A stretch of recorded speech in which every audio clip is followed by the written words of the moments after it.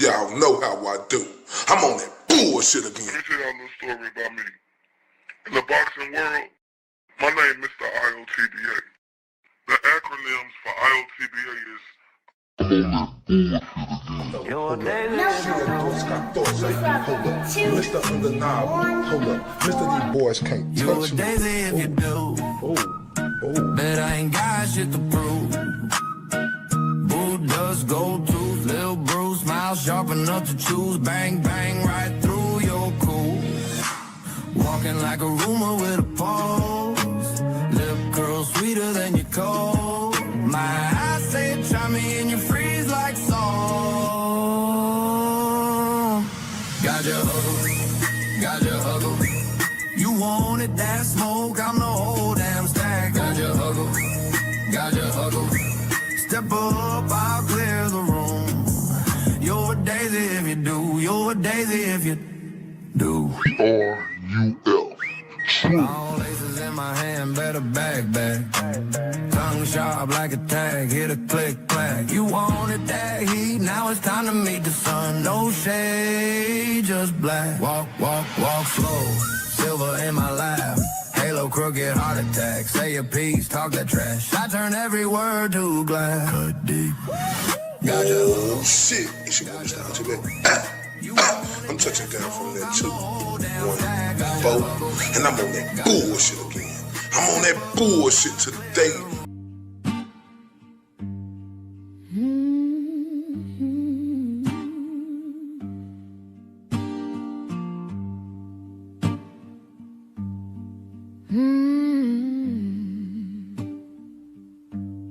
The wind hums low, a hollow refrain through cracked window panes. It calls my name. The clock ticks slow. Its echo stays. Each moment drags, then slips away. Blue curtains are hiding all my pain. Blue curtains are dancing in the rain. Blue curtains keep the shine far away. Blue curtains won't let me escape. The walls close in, shadows stretch long. Night wears a mask where dreams don't belong. A bird once sang, now silent it lies. The sky holds no stars, just clouded sighs. The pain's a prison, the glass cuts deep. Eyes wide open, yet I can't sleep. Blue curtains are hiding all my pain. Blue curtains are dancing in the rain.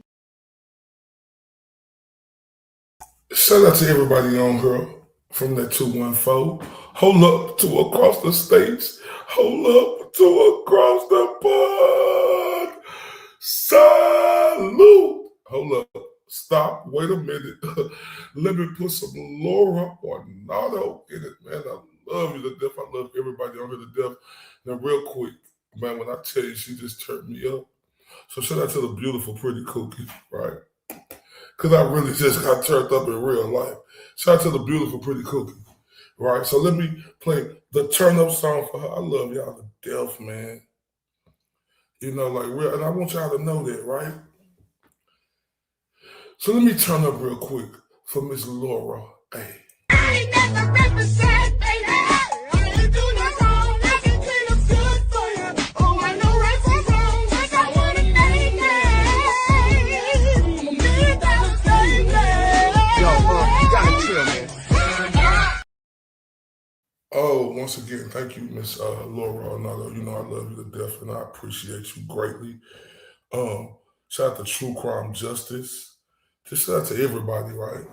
Shout out to everybody in this community, this tribe, you know, this foundation of people who I'm rocking with now, you know, because one thing about this community, you're going to live, you're going to learn, and you're going to continue to fight another day, right? Because in this community, the one thing I love about it, right,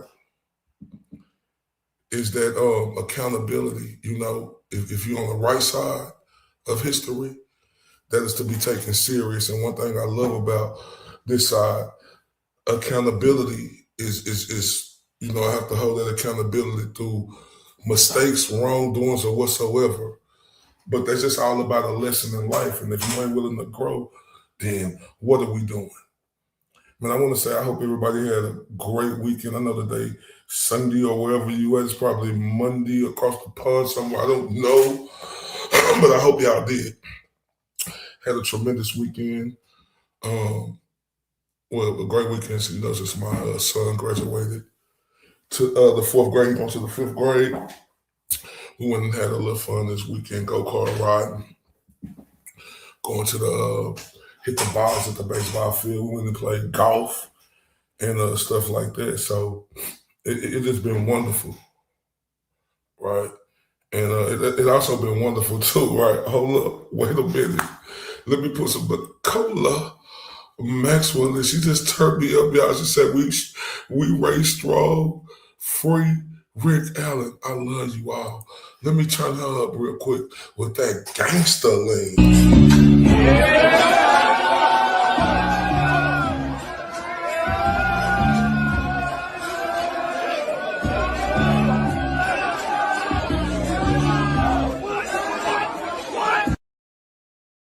Oh, thank you so much, Nicola, and I appreciate you, Con, and I love you to death for that. Shout out to Miss Laura A. She said it's been ugly and rainy in Virginia. Ugh. Man, speaking of Virginia, shout out to that judge down there in the Dr. Ebony Parker case. Man, Virginia, you know, Newport, they set a standard. And when they seen some bull crap, that woman say, I am the fact finder. Case dismissed. So shout out to Virginia. She said, oh, that's so cool. My son turned 6. Man, shout out to Nicole's son, man. Go shawty. It's your birthday. We gon' party like it's your birthday, the big 16. It's your birthday. You know your mama Nicole gonna turn up because it's your birthday. Man, shout out to your son. Happy birthday, I appreciate everybody. True crime in the building. Everybody in the building. She said I'm poor, right? But man, poor. Man, listen, y'all. Listen, it ain't no. You is wonderful. Like it ain't, man. You know what, y'all? I just appreciate y'all showing up just to show me love. Like, you know, if people could help, you know, they gonna do that. But man, it just mean the world to me, right? And I mean that. To hit that like button, to hit that share button, you know, that means everything to me, right? And I truly mean that from the bottom of my heart. So, Richard Allen, Scapegoat, monster, or something darker? Let's take this walk. So today, this morning, evening, whatever time it is around the world where you at, we're diving back into one of the darkest cases America has seen in years. The Delphi murders. a case filled with fear, mystery, rumors, and pure horror. Richard Allen, a man convicted of murdering 2 innocent teenage girls, has now been granted an appeal, and the internet is losing its mind. Some people are saying this proves police got the wrong man. Others are saying this is just a desperate attempt by a cold-blooded killer to escape punishment. But here's where this case gets darker, ladies and gentlemen. For years, people online have pushed theories about Odinists, pagan beliefs, secret groups, ritual sacrifice, and strange symbols connected to the murders. Whether you believe those theories or not, the fact they even exist shows how just twisted and confusing this case has become. And let's be real for a second. When a case has this many questions, people start wondering if the investigators missed something or ignored something. Did law enforcement truly solve this case? Or did they rush to put somebody behind bars because the pressure was too heavy? That's the question dividing a country right now. Because Richard Allen is guilty. Then people want justice to stay exactly where it is, right? Because he was convicted guilty. But if there's even a chance the wrong man was convicted, that means the real nightmare may still be hiding in the shadows, right? And a lot of people are feeling that way. And when I tell you that possibility is terrifying. No matter what side people stand on, one fact never changes. 2 innocent girls lost their lives in Delphi, Indiana. Families were shattered forever. A town was traumatized. And now this appeal just reopened wounds that never truly healed. So today, tonight, wherever you are, whatever time it is, or whenever you go catch this video, I want to hear from y'all. Was Richard Allen railroaded? Or is this exactly what a manipulative killer wanted all along? Shout out to everybody on here, right? Shout out to y'all. Nicola said, anyone coming in, welcome. We love you, and this is important to her. So even me not interrupting this, hear him, because these are not theories. These are proven facts now. And this right here, you know, I heard about this when I first came in, right? Even like Nicola was one of the ones in the group talking on how Richard Allen was innocent, right? I remember that. So, you know, I started, you know, paying attention a little bit more, right?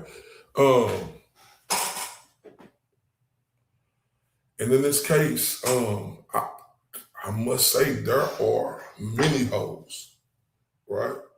And let me say this first. I don't want to be insensitive, right? And I want to say this real quick to the people around the world and to the loved ones who was involved, right? I'm not being insensitive. This is just me looking at this, seeing that there's holes in this, and I do want to say,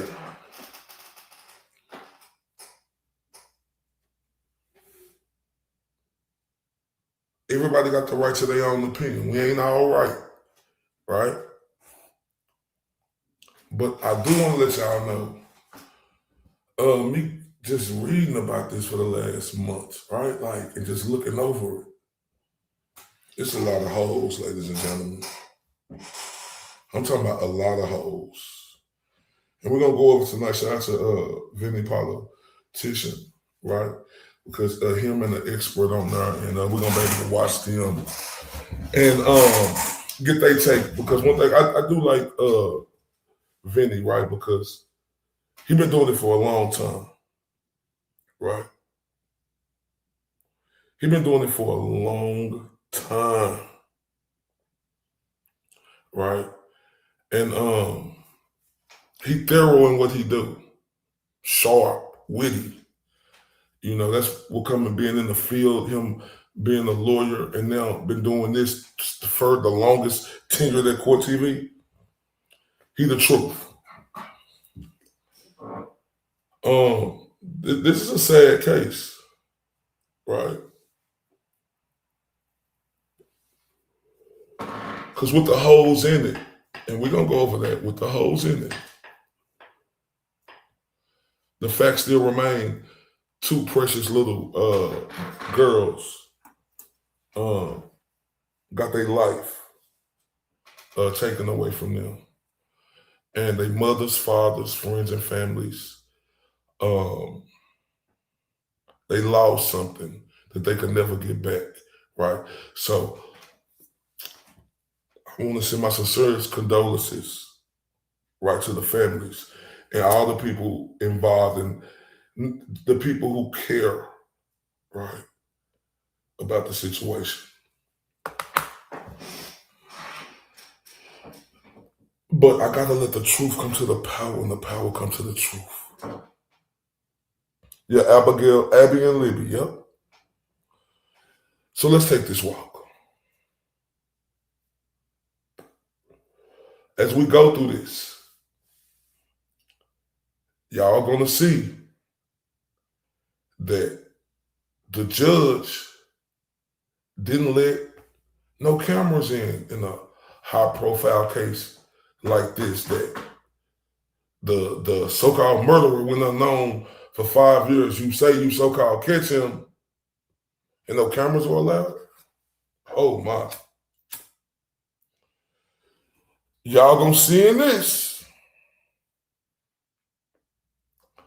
like a state police officer who like do stuff because they had an expert on with the phone. I guess he's their go-to guy. Y'all gonna see the judge allowed him, when she took a recess, to go out there and Google for 15 minutes, right? And y'all gonna hear from a lady that was in there now, and he came back, and that was admissible. For what I know is hearsay is not allowed.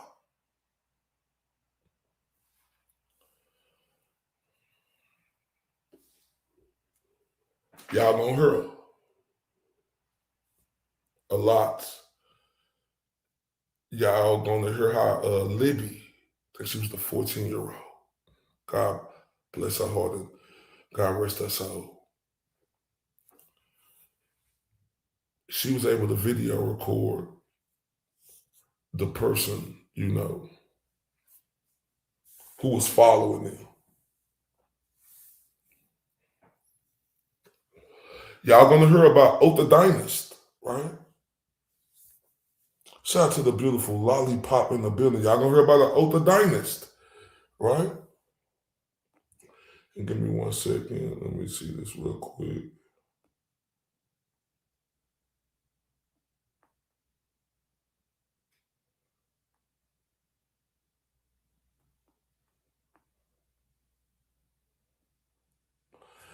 Y'all gonna hear about that.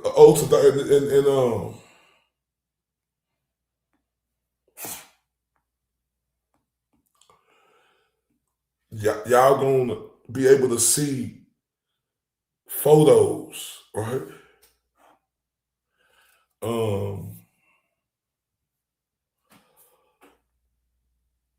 Of what they say Odinists do, right?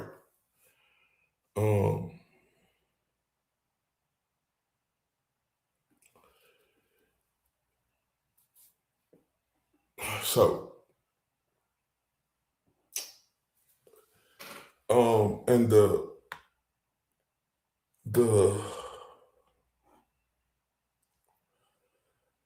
it's a modern belief system based on the worship of a Norse god, Odin, and other Norse mythology figures.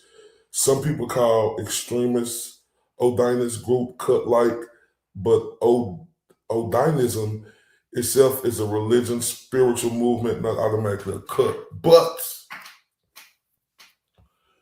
y'all gonna hear how the police officers, law enforcement, they came up with this theory. Not the defense, not nobody else. And y'all gonna hear how this judge let so much stuff from the defense not come in.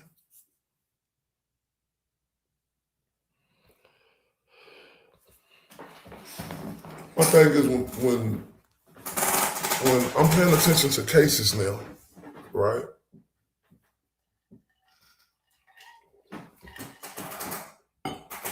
I'm looking at them different because I want to make sure as to what we're seeing, because how we still traumatized, from the Karen Reed and what the goat going through, right? Now I fully pay attention to see if the police officers, the judge, and prosecutors, and everybody else gonna do the right thing, right? And in this case, it's horrific, right? Of the job that they didn't do, of all the evidence they could have brought in for Richard Allen. But this is the part, right,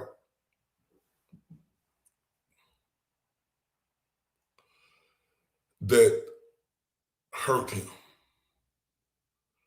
He did a confession. And he got convicted quick too, because that's what they convicted him of, that confession. But with that confession, right? Y'all gonna hear how that, you could hear like the way he talking like it was organized, right? And y'all gonna hear how they had him in allegedly in worse conditions to bring that out of him. So it's just terrifying to me, right? Because to hear his wife say, "No, you didn't. Why are you saying that?" Right? And then when you see the sketches, oh my. And then when they have, what's her name? What's the woman? You don't see her name. When she gave them the sketch, and they didn't even put that out. They put out another sketch, right? Because the sketch that was put out, like Vinny said, looked like a politician. I mean, like a young Justin Timberlake. So when I say I'm bothered by this, I really am. I'm bothered because in the case, as we can see, is with the GOAT, Karen Reed, right? They tried to frame Karen Reed, and they tried to do that to the GOAT too, but the GOAT fighting, we know he gonna win. That messed me up forever, right?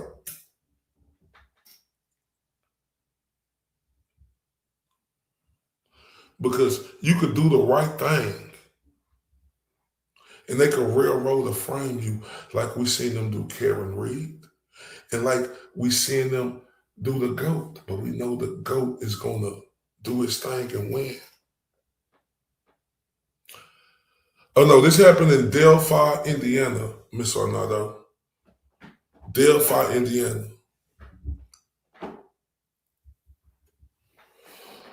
So with any further ado, I want to play the first clip of Vinny, and we're going to keep talking after each clip. Let's get to that first clip. Hey, I love y'all, man. Please hit that like, share, and subscribe. The young bodies of Abby Williams and Libby German were found in the woods, both victims of a brutal attack in the middle of the day in the small town of Delphi, Indiana. And very quickly, investigators had a suspect, a man recorded on Libby's phone just before the attack. He became known as the Bridge Guy. But for more than 5 years, the case remained unsolved until a man named Richard Allen was arrested. Richard Allen, you child murderer! Why did you do it? Richard Allen became public enemy number one, and at trial was quickly convicted of murder by the jury in a case where the judge kept the cameras out of the courtroom. This is a strange case because the defense had a viable theory uncovered by police that this was a ritualistic killing committed by some local Odinists. It is a real thing, and it's scary. I believe they sacrificed a girl and killed another one. But the judge did not allow any of that evidence in front of the jury. And now the defense has been granted an opportunity for oral arguments in front of the appellate court to try to get a new trial and to present their evidence to a new jury. Richard Allen was railroaded. He had a case. He had evidence that pointed in another direction that he was not able to present. And now his attorneys will have an opportunity to do that in oral arguments at the appellate division. In this episode, we're going to take a look at that evidence that the defense did not get to present. We'll bring in a PI who's been working the case to get some insight. Man, shout out to Redacted doing Redacted salute. You hear Vinny? Railroaded.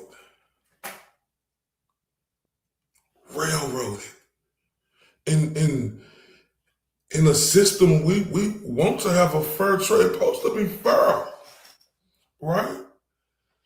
But I can't look at something like this, right? And seeing when a judge ain't allowing the defense to do their job, right?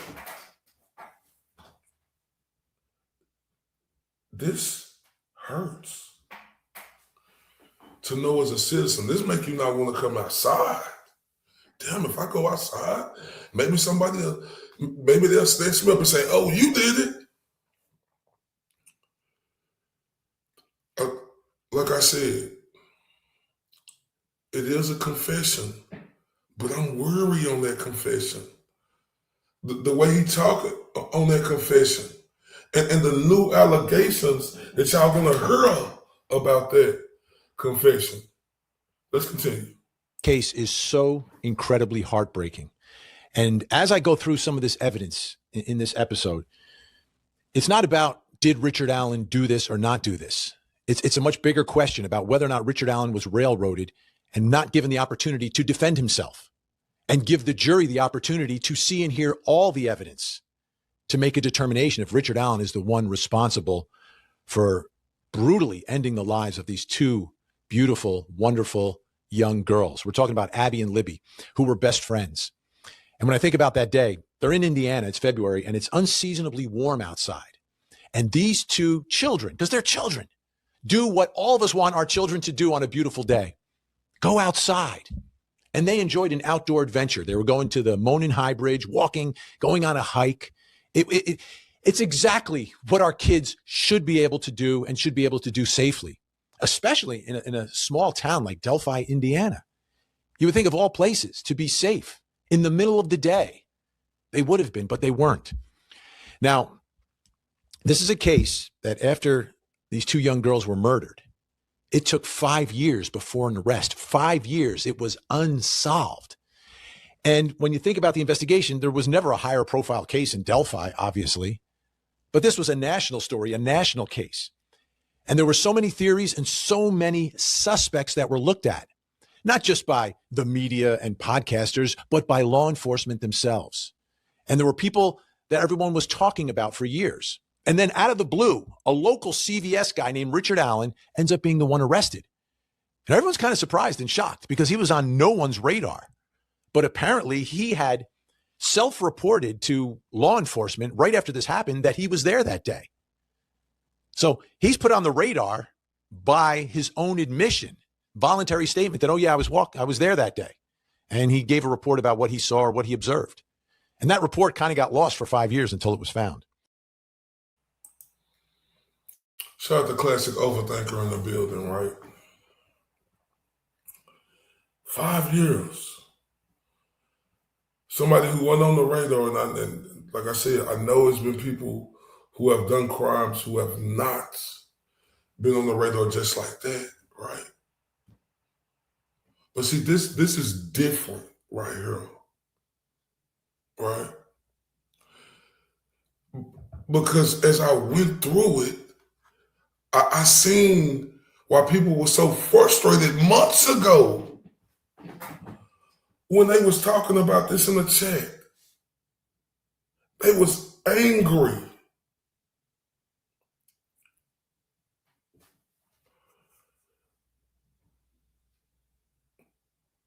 Libby and Abby, God rest they soul, right? But this is just so mind-boggling and terrifying how they could do somebody like this, right? And not let them get no fair trial. Oh my, let's continue. Part of the investigation in this case was a look into, and that report kind of got lost for 5 years until it was found. Now, another big part of the investigation in this case was a look into Odinists, right? This like pagan belief. And trust me, there are people who are legit Odinists who are nonviolent, etc. Here in this case, we are talking about the allegations of violent Odinists. And it's something that became prevalent in correctional facilities. And in this case, it became a big, big part of the investigation by law enforcement. And there were members of law enforcement that believed this was some sort of a ritualistic killing done by local Odinists. This theory was born through law enforcement during those 5 years when this case remained unsolved. So as we talk about these alternative theories that the defense has, you have to remember that they weren't picked out of thin air like many defense teams do in desperate cases where they have no defense. They're kind of throwing things up against the wall, looking for reasonable doubt here and there. All of this is a direct result of the investigation, which again was unsolved for 5 years. However, in this case, Judge Gull, limited the defense. None of that information got in front of the jury. So the jury heard the evidence against Richard Allen, and some of it's very compelling, and he may very well be guilty. The jury found him guilty. But my concern, and I think the concern of those of us connected to our system of justice, is that they didn't get the whole story. So let's talk about the whole story. Let's start by going to the most important piece of evidence in this whole case, which was the video that was taken by Libby.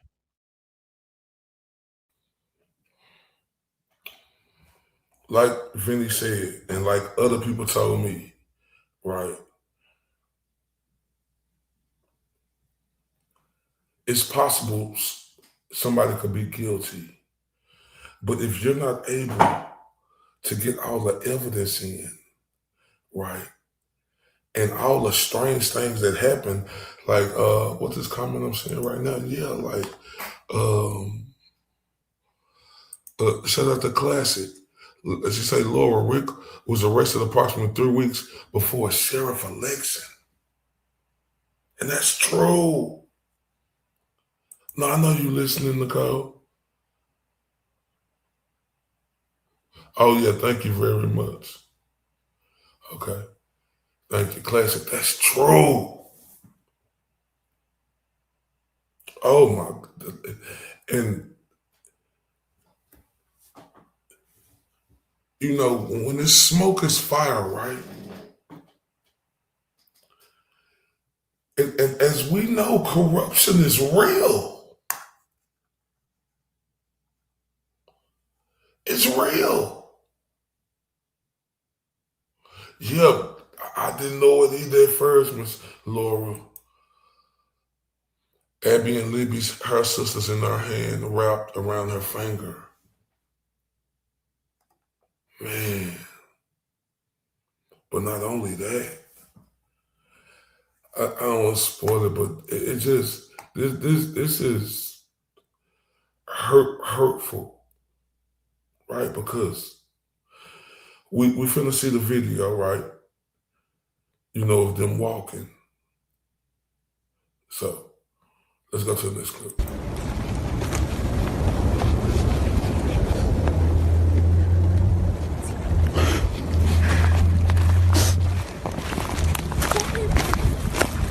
See, this is the path that we go down. There's no path going there, so we have to go down here.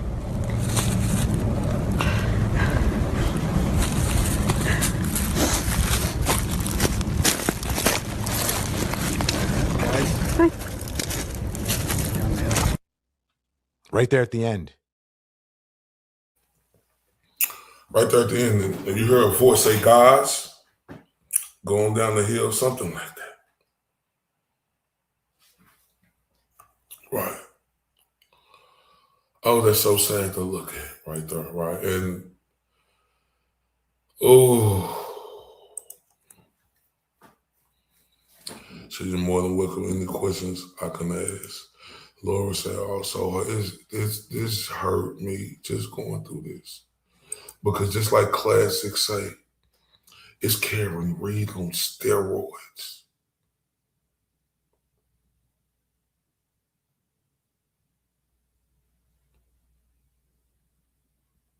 Thank you, Laura. Thank you, Classic. Thank you, Classic and Nicola.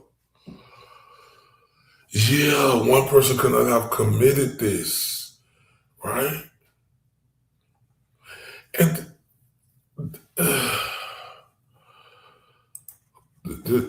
yeah.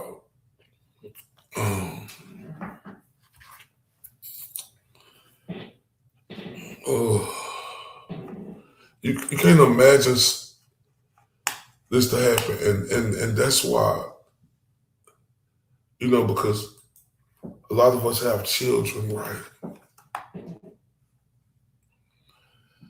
And this right here will make you not want to let your children go outside. But this next clip is going to show y'all what they think is the Odinists, and this was a sacrifice. They finna show like the drawing of how God rest their soul, Abby and Libby was, and I apologize.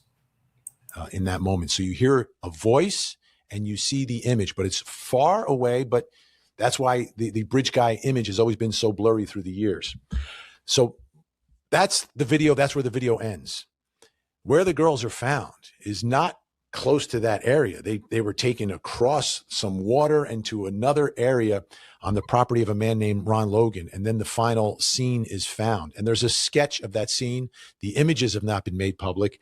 But take a look at this sketch. And you see the way the two girls are depicted there. You've got Libby, who's 14.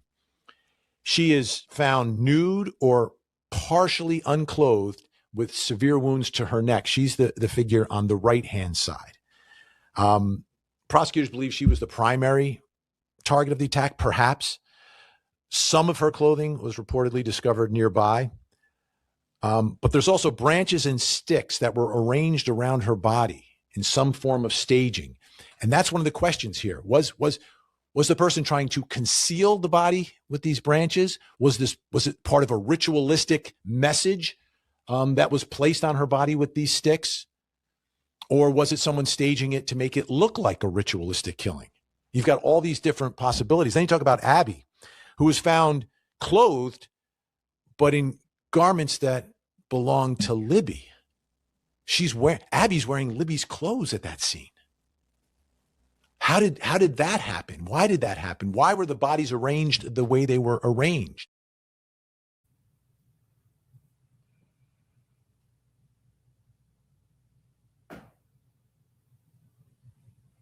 Oh my. Did you see this? How can one person do this? I need answers. I need to know, how can one person do this? This is mind-boggling. Now watch this. There's another image here that's important. There's a tree nearby. Let's take a look at that with blood on it. The question is, how does the blood get on there and what does it mean? Is it part, again, of this ritualistic killing that's been alleged by some sort of Odinistic symbol that was placed on that tree?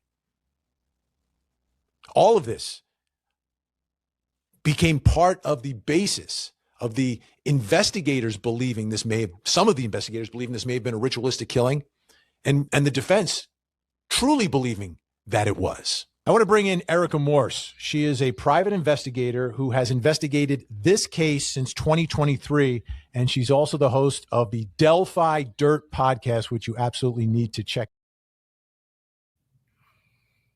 Man.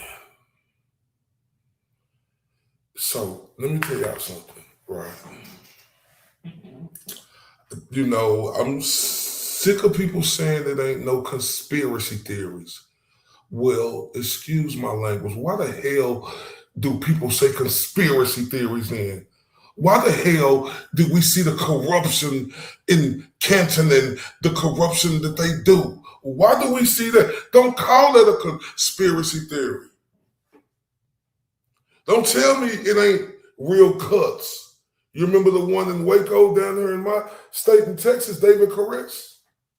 Don't tell me it's not groups like this who do stuff like this. You cannot make me believe that I believe this. Look at the pattern. Look at that.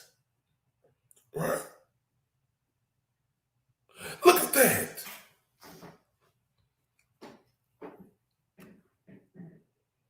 And remember, they said law enforcement. Look, let's watch this again. Watch this. There's another image here that's important. There's a tree nearby. Let's take a look at that with blood on it. The question is, how does the blood get on there and what does it mean?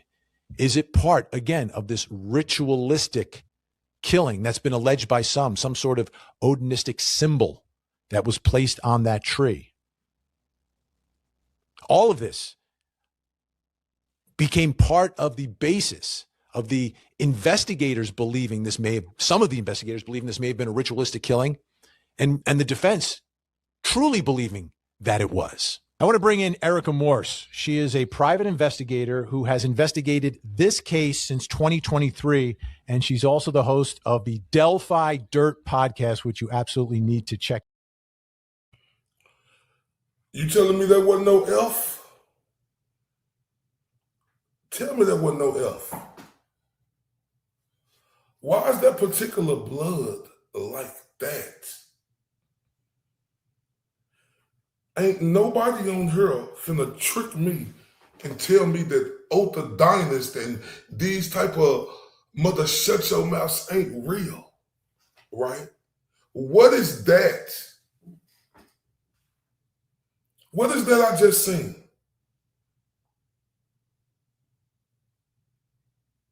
I'm telling y'all, it's been stories like this for years of groups, and the bigger you get, like as a celebrity, right? The more money you make, you're gonna have a certain group, they're gonna come knock on your door.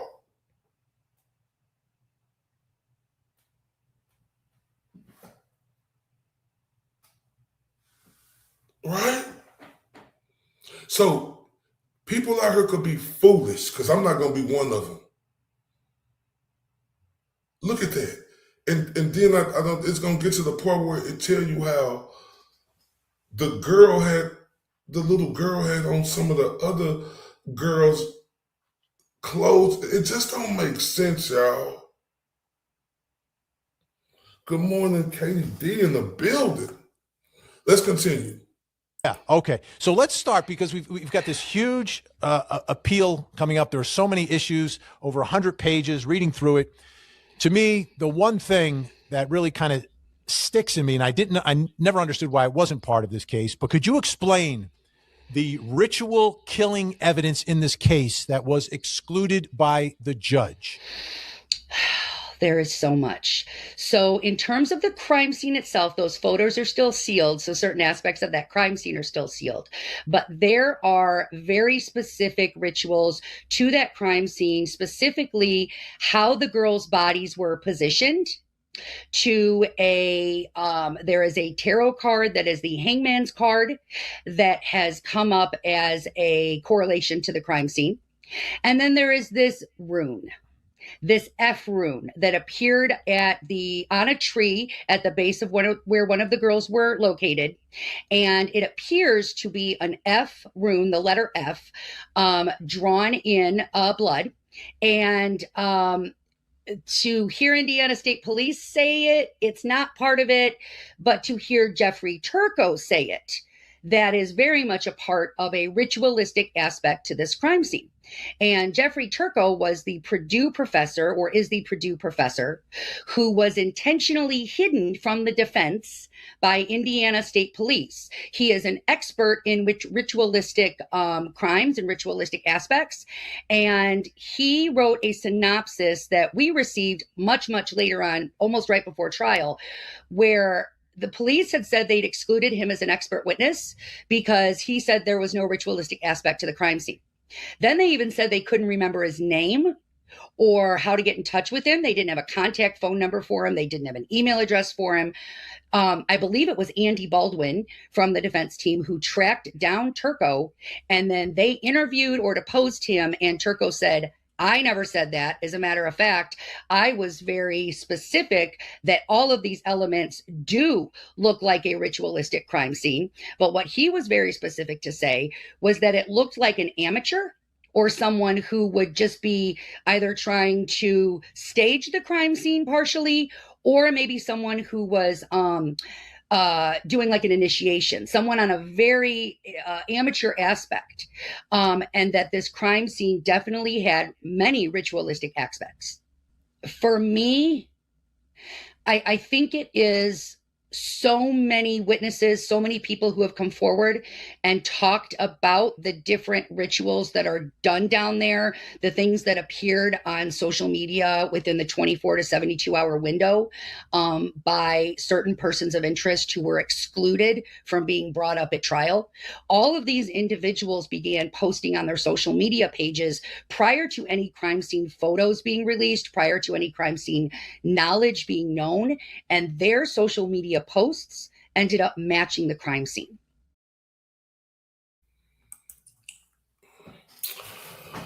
So I'm not too familiar with her, right? And I hear a lot of people, and I see classic saying she wrong, and I put classic comment, and she say this lady stopped pro bono representation for Rick by top lawyers. Really?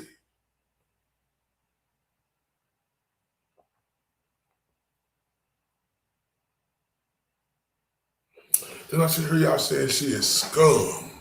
Really?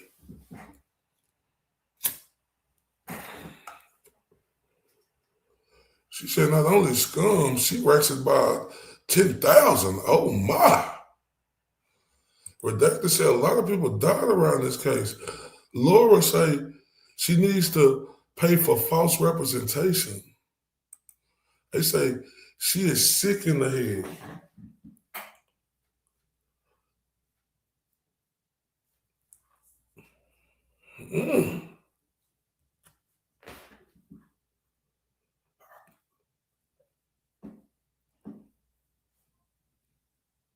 So, why would she stop pro bono for top lawyers for him? Because if y'all telling me that, do y'all think she got something to do with it? Is she just trying to get in front of the camera, take a picture, click, click? Right? Is she just is they using her as a tool? Is that what y'all telling me? Oh, why did any politician call her a PI?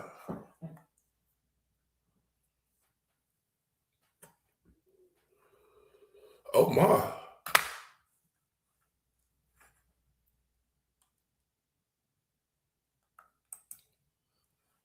Oh, you think they using her as a tool?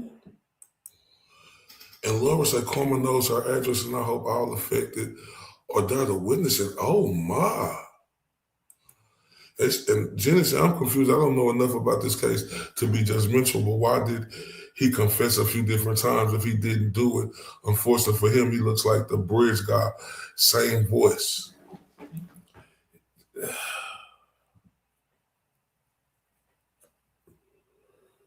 Oh, she want to be famous. Okay. Yeah, because, you couldn't see him, really, right? So it's hard for me, to just pinpoint and say that was him.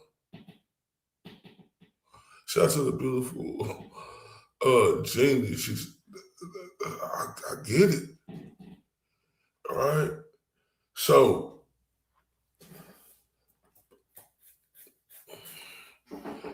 I'm just trying to wonder to myself, could he do that by himself?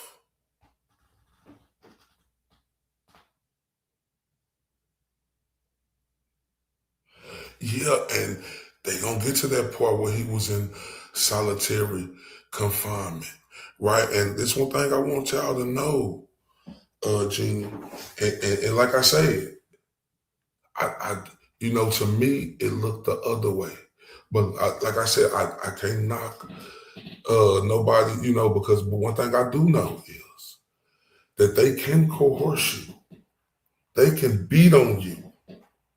They could do anything to you to make you say something.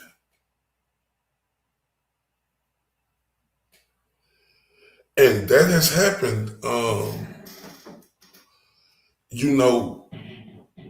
for a long time. So,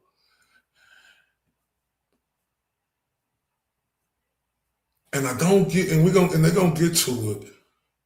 Would they let somebody Google and then come back in and testify to it? That's not how it's supposed to go. That's hearsay. And she said in prison, pre-trial detainee. And that's right, that's true too. Lori say Jeannie. And Classic say no chance even. He already said more than one person after he was convicted. They kept the tip line open. Yeah,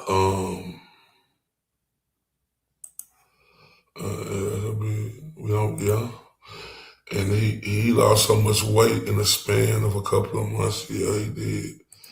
He said, Rap, you seen the picture? Yeah, I seen it. They gonna show it on here. Y'all gonna see him, how little he is. And she said, yes, right, we will go after the family too, yeah. Oh, wait, and she said, Nicola said he had forced a confession under Pecos. He admitted to killing the clerk. Yeah, oh, yes. That's what I'm telling y'all. I'm glad you brought that up because it was other people he said, that they didn't let come in. That he was saying that he did something to somebody and they still alive. I ain't lying. This is suspect. Let's get to the next clip. The jury never heard about any of this. And this Never. was a big part of the defense theory of what happened. Yes, and I always reiterate this, Vinny. People seem to think that the defense came up with this theory. They did not. The FBI came up with this theory. It started out with Greg Ferenczi's memo, which I believe was like 26 or 27 pages long, and then it developed by the defense team into the Franks motion, which was, excluded by Gull as well, but very specifically laid out, not just, like, as you said, the ritualistic aspects of the crime scene, but then also all of these people close to and around the cemetery, Ron Logan, where the girls, whose property the girls was found or the girls were found on. Ron Logan's ex-girlfriend came forward, spoke with me and many others. And she's adamant that he has sadism aspects in his background, that he was very abusive, that he had a tendency to view CSAM. Then you have Keegan Klein, who actually lured the girls to the crime scene that day, or to the bridge that day, who has this background as well of all of these ritualistic aspects, and him trying to be initiated in with the Odinists, which are also Vinlanders and members of the Proud Boys. And in Indiana, those are big organizations. Ron Logan, right? And the other person, but Ron Logan, this guy, they was found on his place of staying.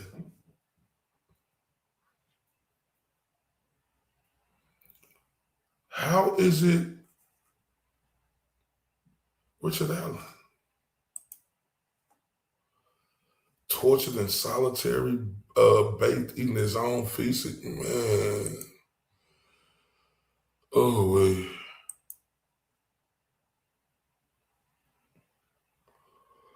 Yeah.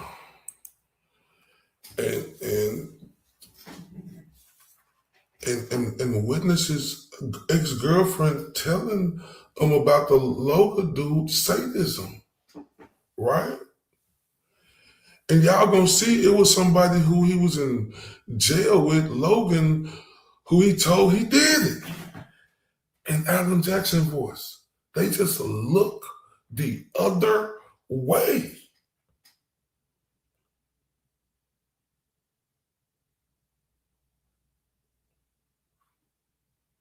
He's still in jail. And yeah, I sick all these people, real sick.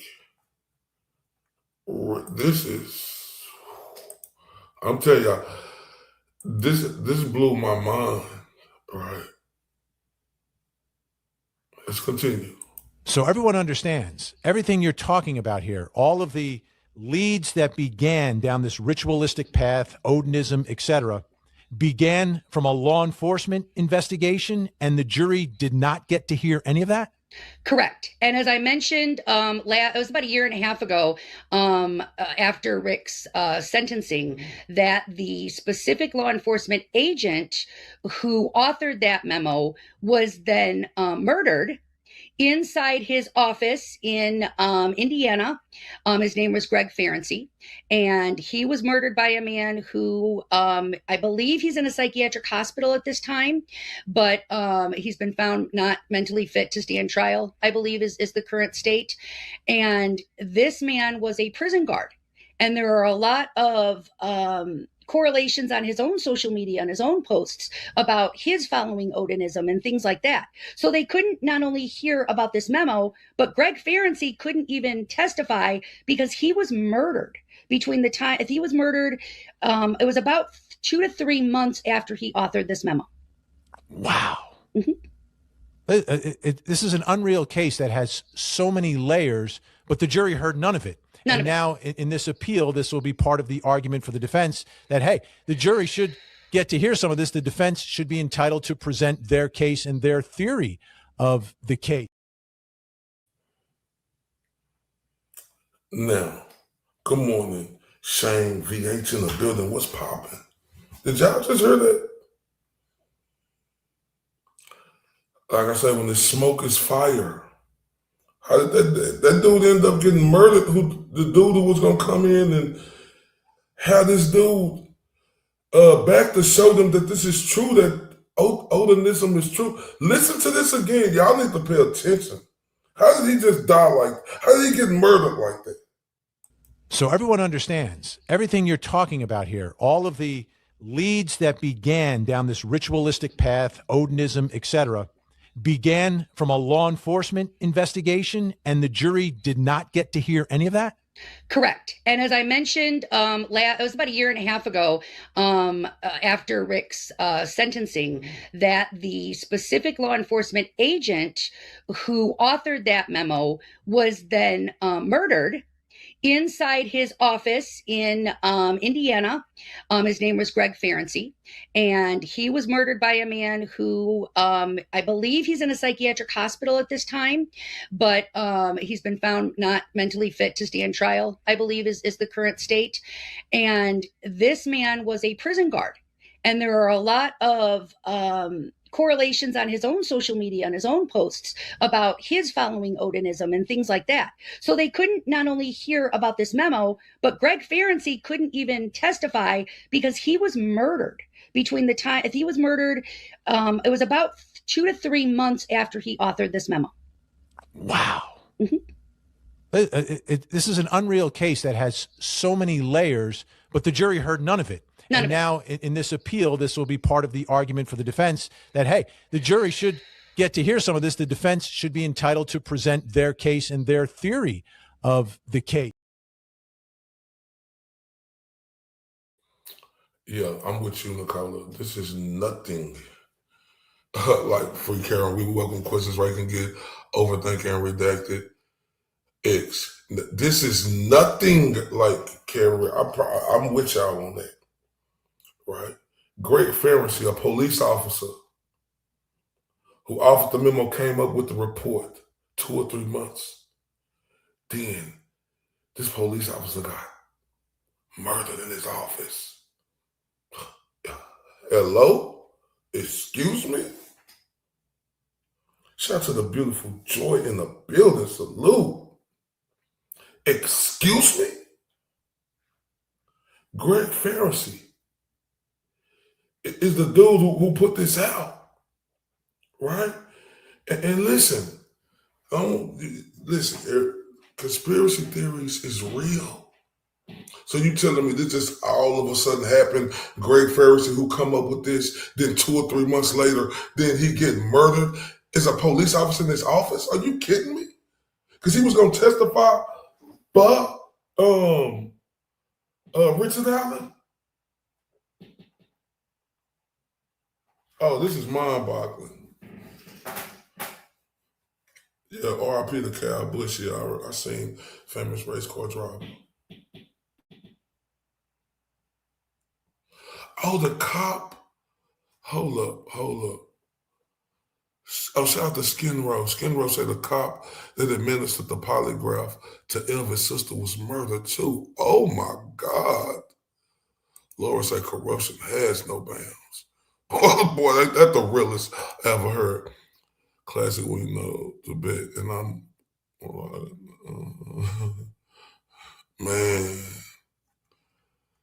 Oh wait. Not only the police officer was murdered, R.I.P. to Stephanie Thompson and her 17-year-old daughter. Stephanie Thompson and her 17-year-old daughter. Who is that? Because I haven't seen that name. Oh my God, man. Let's go to the next clip, y'all. Oh, wait.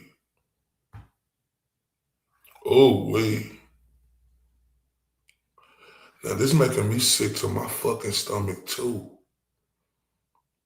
See, this is the cowardness of this bullshit that I fucking talk about, man. This is the reason why I'm so passionate. I get frustrated and I talk my shit the way I do, because this right here is slapping you in your face with corruption all over it, y'all.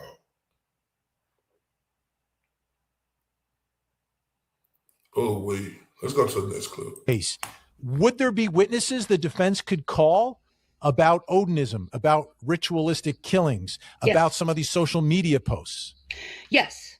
Not only are there a slew of witnesses that could be called about these social media posts, witnesses to people who have reportedly confessed. That was the other thing. At some of these pretrial hearings, we brought forth individuals who had had conversations with these original persons of interest by that task force, these Odinists, and none of those witnesses were allowed to testify at Rick's trial either. So, and in addition to that, I think it's really important to say, Vinny, this is not known, what I'm about to say. There is an inmate who has come forward. His name is Reese Davis. And Reese has spent time in a facility with both Keegan Kline and Ron Logan. And he has claimed in multiple letters to the prosecutor that Keegan Kline confessed to him, as did Ron Logan, that they were both present and responsible for these girls' deaths.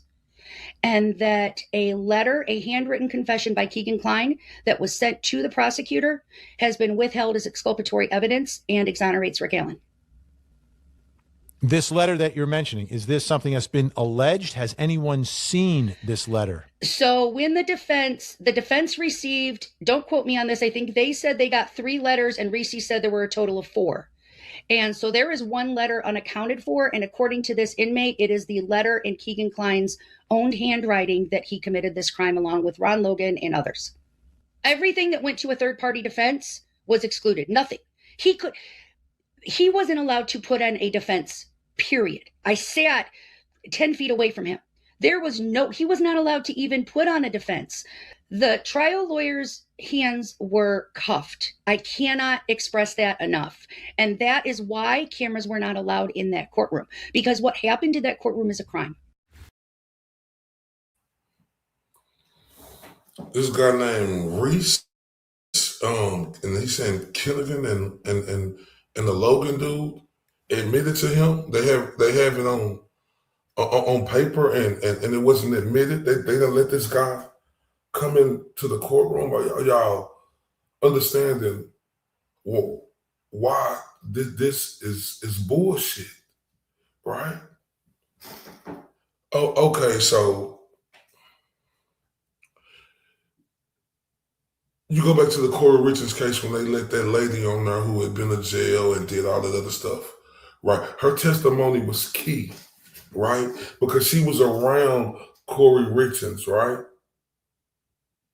And that messed it up. It's this Keats dude out here saying that, Ron Logan and him, and they wrote in a letter and that wasn't admitted. Yeah, I'm flabbergasted. And Shane, he said there's no jury who will ever convict him. Oh man, so now I'm telling y'all, this has been turning me up because I've been, looking at this shit for the last couple of months, right? And it's turned me up, right? When I just heard this now, right? When I heard this part right here where it just came out, where this dude got letters and I think they're going to get to it to where they say you can match the handwriting. Yeah, Keegan Kline. Yeah, him and Logan. And this crazy. The girls was found on Logan property. And the nerve of these cock-sucking motherfuckers to get this guy who worked at CVS, they said, and it was found on Logan property. So you telling me he was able to go up there and write that F, take off this and do that? And are you kidding me? Oh, hold up. It's getting worse. Watch this. Another part of this case that's been very confusing to me, and I think to a lot of people, are the sketches involved in the case. Sketches that the jury never saw. Again, something else that was the judge did not permit this jury to see. The first sketch I want to show you is a result of a description by a woman named Betsy Blair, who was in that area that day. Take a look at this sketch. And let me give you the background here. This sketch was made just a few days after the attack, okay? But it was never released to the public. For whatever reason, investigators never released this sketch until April of 2019, when Betsy Blair, remember, April 2019, the case still isn't solved. And Betsy Blair's like, why have you never released this sketch of the description of the person that I gave to you? And if you look at this sketch, right, it looks like someone in their 20s. A young guy in his 20s with some curly hair. It almost looks like an early picture of a member of NSYNC or something. Like it's not an older middle-aged man that is described here by Betsy Blair. Now, this sketch, again, isn't released until April of 2019, despite the fact that it was done in February of 2017. Let me show you now a comparison of that sketch to the one that was released.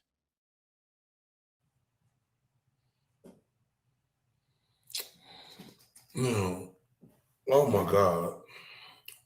Both girls have unidentified male DNA on their private parts and seminal fluids inside both girls, not Rick's. And then I think that was you, Classic, that said he offered to wear a wire in prison and they said no. Oh yeah, that was that woman, Betsy. Oh, they finna talk about her. Right. But did y'all see that, like with the photo and stuff?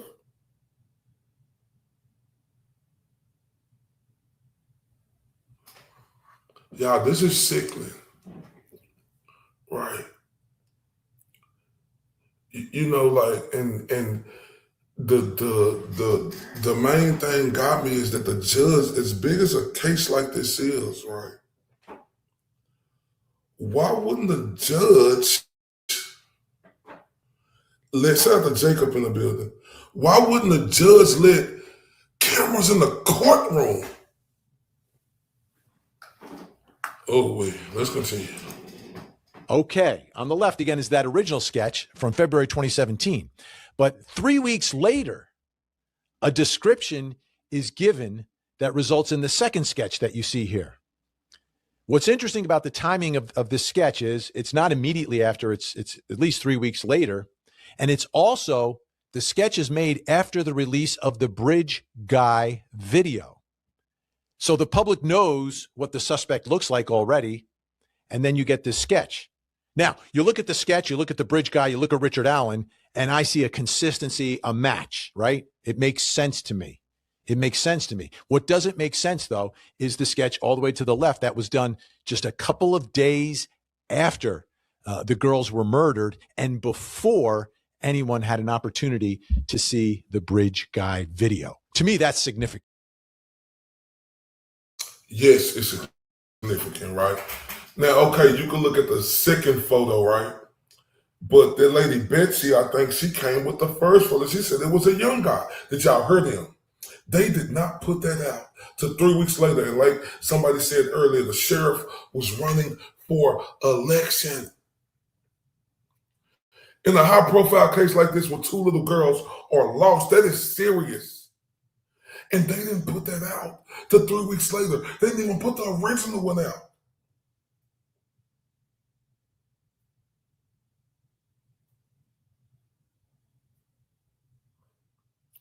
Huh? The judge even take garbage bags over the cameras. They still refuse to release some of the public docs. I know, and that is maddening.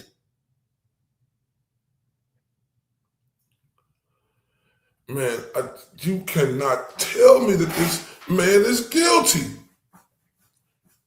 Okay, they got something up there that they say he was there.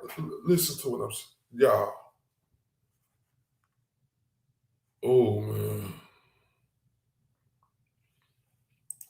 as if you were following back then, the decision she made on the case before and during the trial makes perfect sense why she didn't allow cameras. Listen to what I'm saying. Listen to what I'm saying. It should have been cameras in that courtroom. And this is the reason why it should have been cameras in that courtroom, because all of this stuff that wasn't allowed in, the woman on her said she treated the defense attorney like he was second fiddle, like he was a bunny rabbit.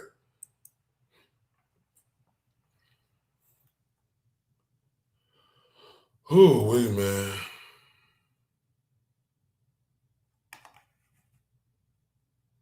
No cameras.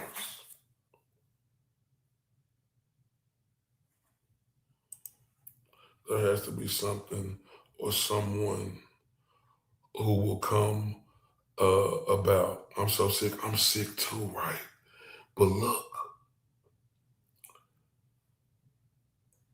you cannot tell me as much stuff when they go through this appellate, as much stuff as was left out. This court system, they're not going to let that ride. Right. It's no way that they going to let that ride. This is sick, and I'm telling y'all. Damn.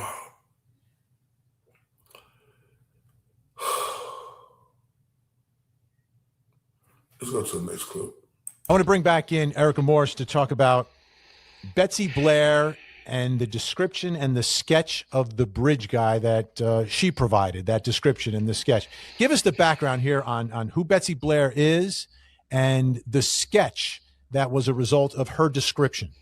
So Betsy, in my opinion, and the opinion of some others on that defense side, is that Betsy Blair is the most credible witness in this entire case.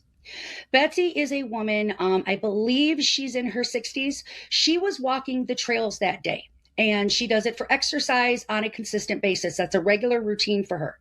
And what was so compelling about Betsy's information is that she happened to be wearing a Fitbit that day, Vinny.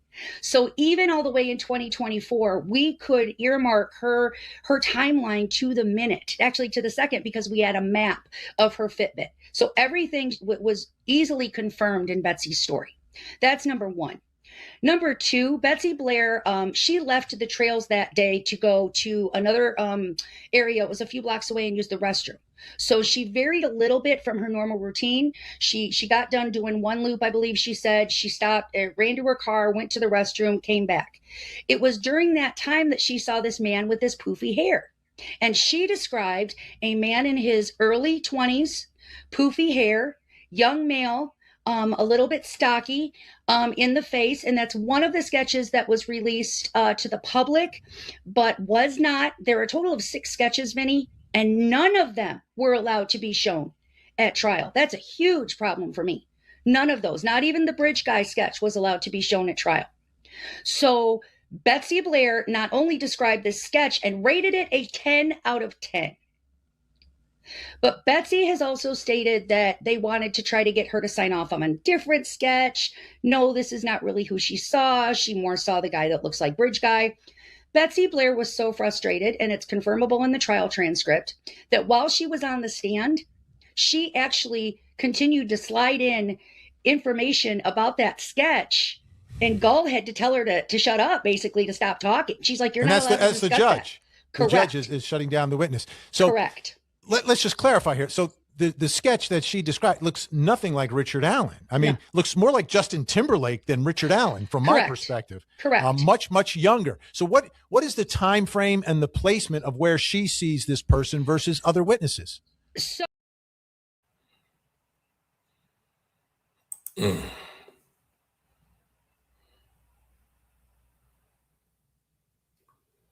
Yeah, I mean,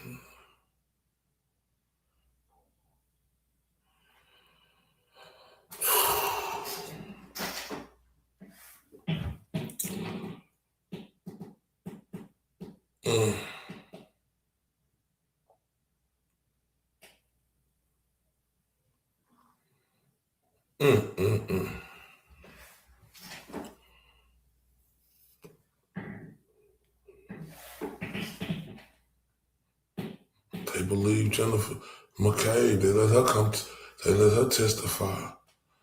Matt McCabe and all the rest of them and all the liars and stuff like that. But when corruption going against you, they gonna go against you, man. Oh, this hurt. It didn't matter cover. Somebody said Defensive Diaries did cover this. Oh man. Somebody said Defensive Diary did cover this. Oh wait. Now y'all, this is the hard part right here. Because this is what convicted him, right? His confession. But you gotta listen to it though. Listen to his wife, right? Pay attention to Vinny, how he say listen to it, then he tell us to listen to it again. So I want y'all to know that this is the confession that got him convicted. But this is, and before it come out, this is clearly planned out of him saying it. It's just by the way he came on there. Oh my God. Yes, he was, Joy.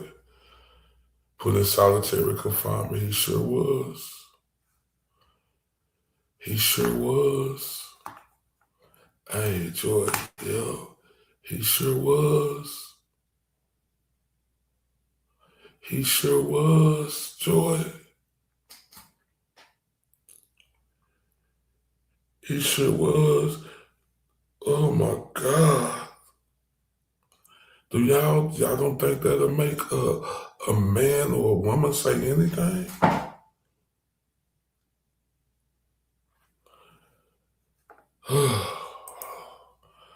Well, here we go, y'all. Here go the confession. So we didn't get to see the trial because, again, the judge did not permit cameras. But some of the most compelling evidence, is the fact that Richard Allen confessed. The jury believed it. Prosecutors said it. And that became a huge part of how he was convicted. Now, the defense wants to bring up a lot of evidence about why they believe that confession or alleged confession was coerced. And a lot of it has to do with the conditions in solitary confinement that he was subjected to. But I want you to hear the confession. And probably the most important one is the phone call that he makes to his own wife. Honey? Yeah. Are you there? Are you there? Yes, babe. Yeah, babe. What's going on? I just wanted to apologize to you. What's going on, sweetheart? Are you not feeling well? You did what? I did it. What? I killed Abby and Libby. No, you didn't. Yes, I did. No, you didn't, Darren. Yes, I did. Don't say I you don't did know that. why. No, you didn't. No, you didn't, Darren. You're not feeling well. There's something wrong. They've messed up your meds or something there. No, I evidently did it. No, you didn't. Why would you say that? Because maybe I did. No, you didn't, dear. I think I did. No, you didn't. Okay. If you had a transcript of that, that's a confession. His wife's trying to convince him that he didn't do it. I think they know they're being recorded at the time, right? All jailhouse calls are being recorded. This is jailhouse call, April 3rd of 2023. Now, is he under the influence of something? Has he been coerced? Is he medicated? Can you rely upon this? Is it a false confession? Listen to it one more time and listen more closely to his affect and whether or not you believe that there's nothing else going on here, that it's just a man finally confessing to his wife. Honey? Yeah. Are you there? Are you there? Yes, babe. Yeah, babe. What's going on? I just wanted to apologize to you. What's going on, sweetheart? Are you not feeling well? You did no, what? I did it. What? I killed Abby and Libby. No, you didn't. Yes, I did. No, you didn't, Darren. Yes, I did. Don't say I you don't did know that. why. No, you didn't. No, you didn't, Darren. You're not feeling well. There's something wrong. They've messed up your meds or something there. No, I evidently did it. No, you didn't. Why would you say that? Because maybe I did. No, you didn't, dear. I think I did. No. That makes me want to throw up out my mouth. Hey, babe. But that's the first part where I knew it was bullshit. Well, maybe I did it. Well, I think I did it. Maybe I did it. Well, I think I did. Yeah. You gonna say maybe you could did it after being in solitary confinement with the roaches and ratchets, having to eat your own species, not getting water and food for days. Why would he say, maybe I did it? Well, I think I did it because he's going nuts so in there.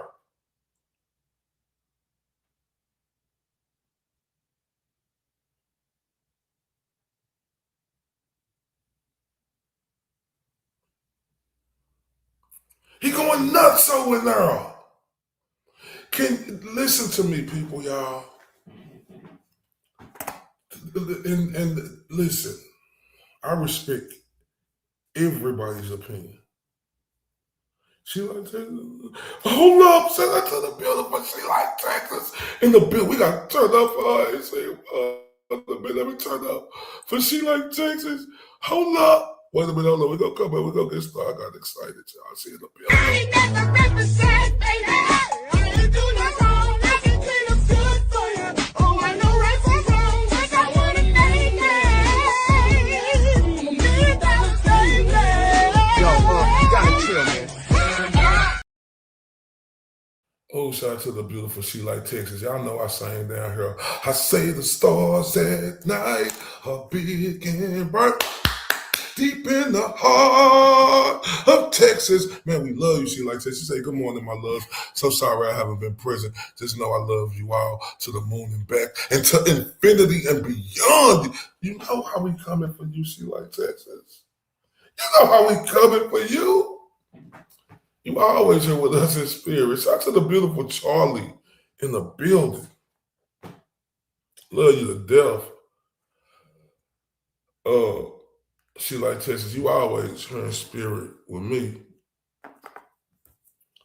Now, I'm mad now, right? Because maybe I did it. Well, I think I did it. Listen, y'all. Hunger is a motherfucker. I'm sorry for my language. Being thirsty to where you can't even drink your spit is a motherfucker. Being hungry where you would eat your own feces is a motherfucker. To be in solitary confinement with the rats and roaches, toilet, you probably can't even plug. Maybe I did it. Well, I think I did it. Are you kidding me?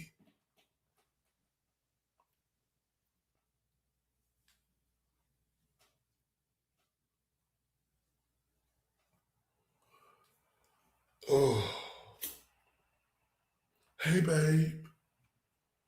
Yeah, babe. I want to apologize. Apologize? What was you talking about? Apologize. You can tell that was coordinated.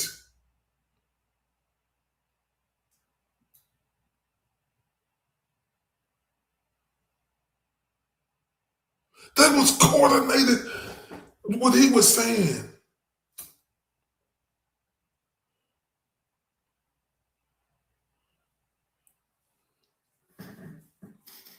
Well, maybe I did it. I think I did it. Are you kidding me?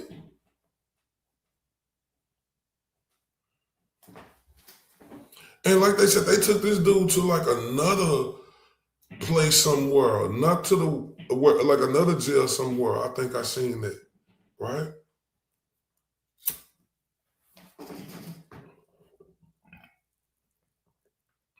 Oh, I'm mad.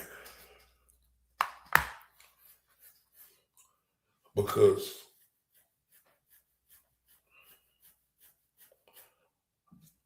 I'm telling y'all, man, they can coerce you. If y'all don't think the orthodontists and the Odinism is real, if y'all think shit just be conspiracy theories, then I don't know what we're living on this planet Earth, right? If it look like a duck and walk like a duck, it's a duck, right? You don't believe it's cuts out here? Y'all don't believe that? Right?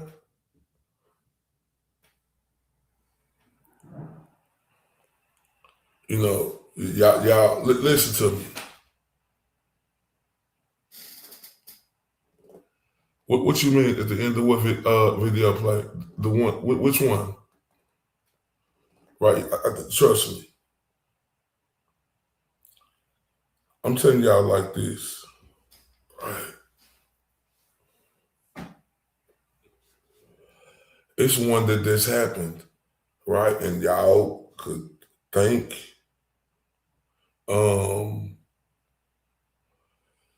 it's not true or not. I don't think Tyler Robinson killed Charlie Kirk.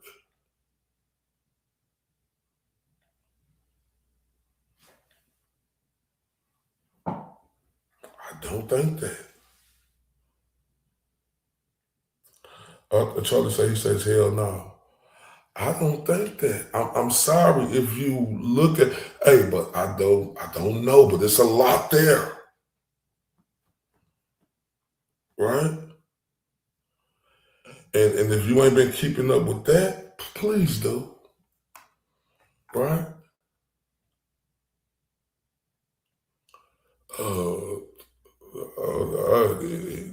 This is blasphemy at its finest. Now y'all finna see this, how he looked now, right? Like they gonna show a picture of him. It's bad, man.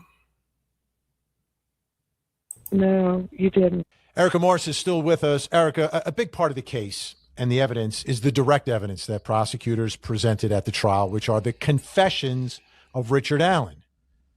So one of the issues in the appeal that I read about in the appellate papers is the defense is alleging and talking about the conditions of solitary confinement and how somehow that sort of coerced a confession out of Richard Allen. Can you describe the conditions that he was living under and what the jury got to see and what the jury got to hear relative to all of that? Pre-trial, instead of being held in a county jail, which is the norm in Indiana, Rick Allen was sent to a facility called Westville Correctional Center. WCC is like one of the most secure facilities, prison facilities in the entire state. For Rick's own protection, they put him under an order, a solitary order, that put him in the most secure cell in the most secure block in that entire facility. He was under constant suicide watch. He had a doctor named Monica Walla, and Dr. Walla took a special interest in this case before Rick Allen was ever arrested. She was listening to podcasts only from the perspective of certain podcasters. And then when Rick was arrested, she volunteered to work as his doctor in this prison system, sought out this particular position. She made a 3-hour round trip commute every day from Illinois to meet with Rick. Rick had a little bit of a history of depression, and she was pumping him against his will, giving him injections of Haldol, an antipsychotic drug. He was being, according to Rick, he was being threatened by the guards. He was being threatened by the inmates. And what is so important about these 61 confessions, I said it on the Delphi Dirt a few weeks ago. I asked every collaborator and content creator and reporter out there to stop calling them confessions and please refer to them as scripts. Okay? Here's why. These were not Rick's own words. None of these 61 scripts were Rick's own words. This doctor took a special interest in him, even before the case, right?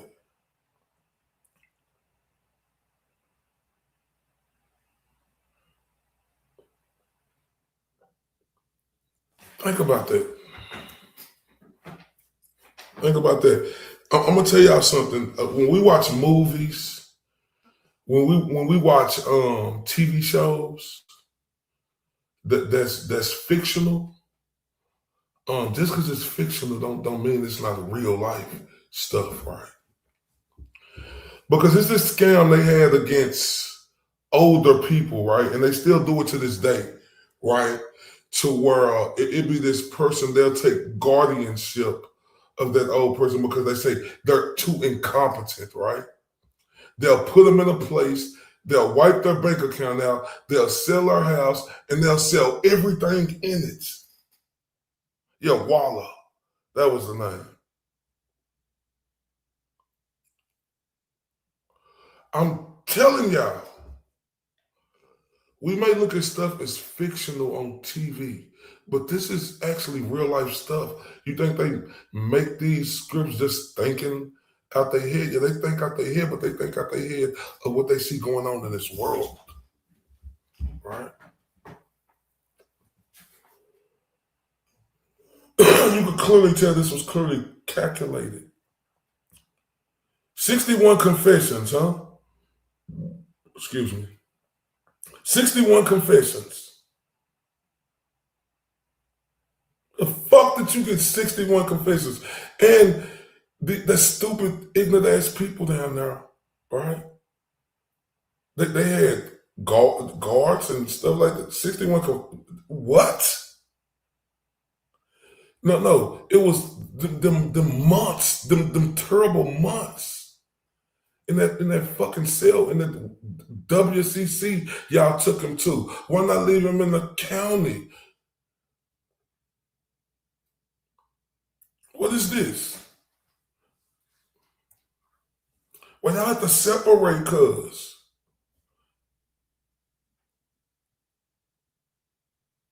Why y'all do that? Why y'all have to separate him? That don't.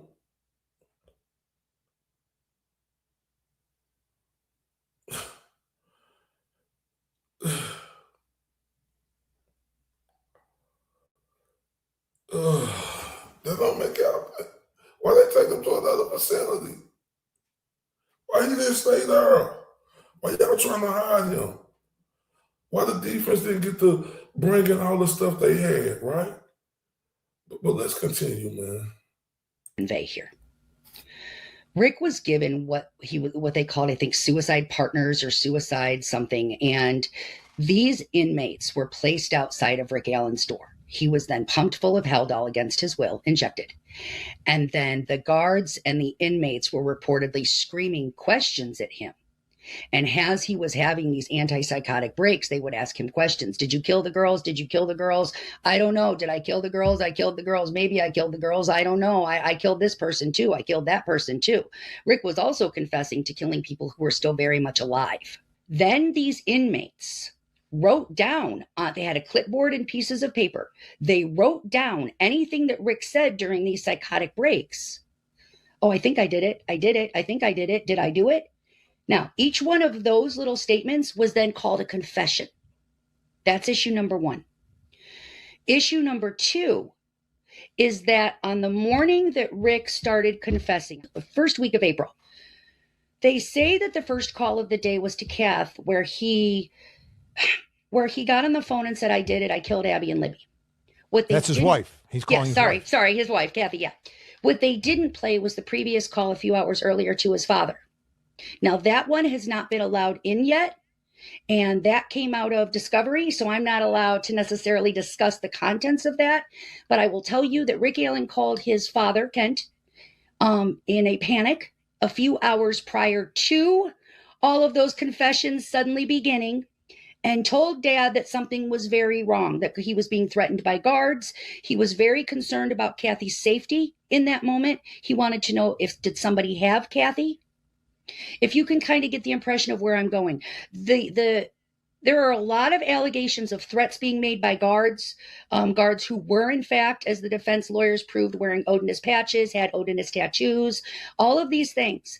And then on top of it, Monica Walla, in one of these calls, can actually be heard saying and testified to in court that she was writing down some of Rick's little statements too while he was under Haldol, and that she picked up the phone, dialed his wife's number, his home number, and then handed Rick the phone and said, Go ahead and read to her what you told me. Go ahead and read them what you told me. Oh, you sorry motherfuckers didn't let the other recording come in from where his father, he talked to his father. And he was thinking Kathy was in trouble. And something was going to happen to her. Right? That was a man emotionally done. When these sorry motherfuckers, because that's what they were doing, they were beating the shit out of him, probably throwing water on him, probably have him somewhere where it's hot than a bitch, making him eat his own shit, right? And then when they told him they gonna do something to his wife, they put that in his mind and they know he fucked up, right? They know he got some type of problem. And then who knows what they was giving him in that motherfucker. Because we're gonna talk about that. They didn't let his phone call come in with his father, the one before that. Then the shiesty ass broad in Monica Waller, she testified that she was doing it. Are you kidding me?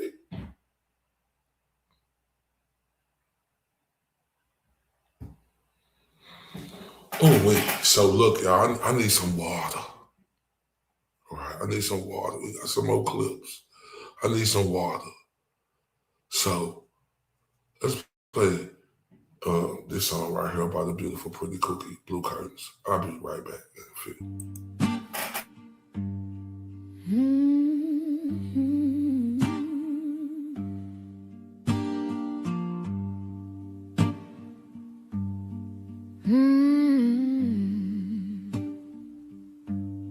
The wind hums low,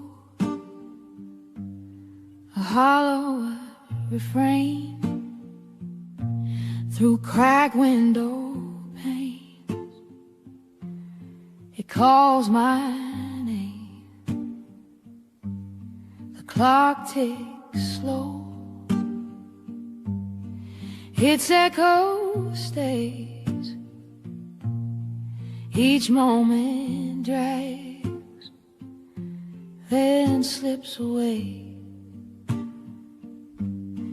Blue, blue curtains are hiding all my pain. Blue, blue curtains are dancing in the rain. Blue, blue curtains keep the shine far away. Blue, blue curtains won't let me escape. The walls close in, shadows stretch along. Night wears a mask where dreams don't belong.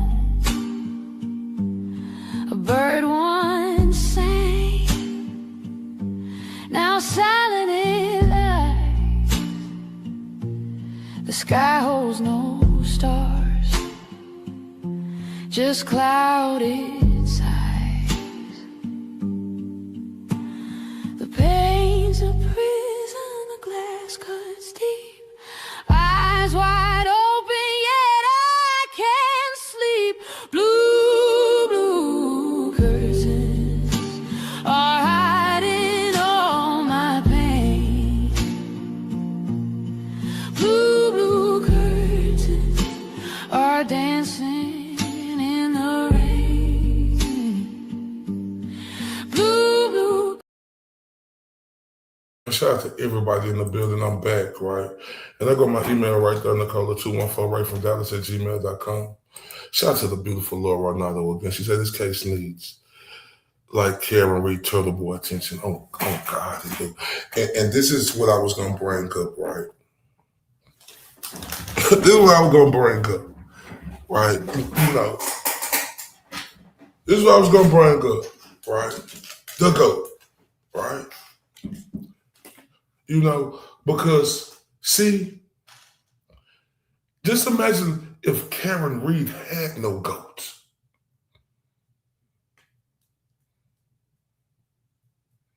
Ask what?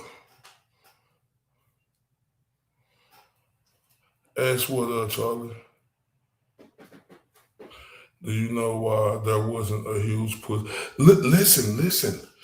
Look, what I'm looking at, I don't think we could know truly why, right? It wasn't, but if you look at this, they was very methodical. They didn't want it to. The judge had them handcuffed, right? That's the regular go, not bully go. Shout out to the beautiful Laura. Let me turn up for her real quick, y'all. We coming right back. I ain't never represent, baby. I ain't do nothing wrong. I can clean up good for you. Oh, I know right from wrong. Yes, I want to name it. Me, that's baby. Yo, you gotta chill, man. Oh my God. Now, yeah, the regular GOAT, not the Billy GOAT. Shout out to the beautiful Laura. Hey, thank you so much. The regular GOATs, not Billy GOATs. Facts. Right? Now, with cases like this right here, right, I understand why I was madder than a motherfucker, right? Now I understand why I was mad as a motherfucker and why I came in so ferociously like I did, right? Like real talk. I see now why I was madder than a bitch. I see now. Yes, got in the cover. I mean, I see you say, did I get this? But it wasn't nothing under that, though.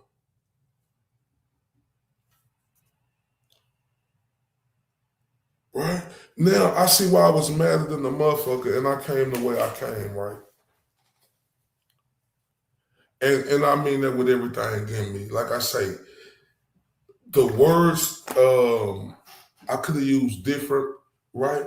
But I couldn't have used different because, when I seen what the GOAT was going through, my noodles wasn't right? When you seeing an innocent person like the GOAT getting framed. And what he did to free Karen Reed, and this worse, right?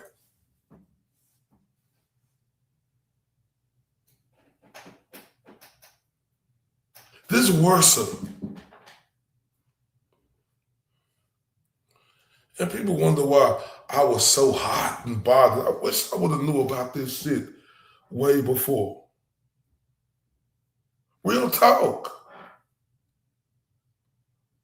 I wish I would have knew about, I'm telling you, Charles, I wish I would have knew about this way before. And I mean that with everything in me. Because now, just thinking about it, I understand and I will do it a fucking again. Right? And I'm going to tell y'all like this, right? I seen that happening to the GOAT, so that fucked me up. So when you on red, you come in here to talk shit to any motherfucker you can, right? And my noodles weren't right. So I know I didn't give a fuck about the other side, but I know on this side, like my noodles weren't right and I was fucked up because I was seeing red because how they was doing him. Now I'm looking at this, I'm seeing red again and it's pissing me off thinking about how this dude didn't have no fucking help.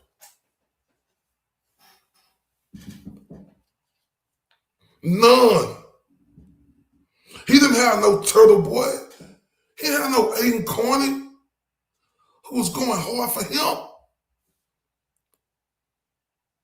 He had them crooked motherfuckers in Delphi, Indiana, them Odinists, sick bitches.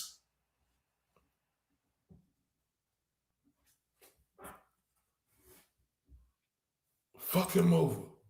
George said, I had friends whose wife was having an affair with several men, and she came up missing, so they pinned her Reginald Nobody on him, 4 trials, 14 years in prisons. Bench trial, oh my God.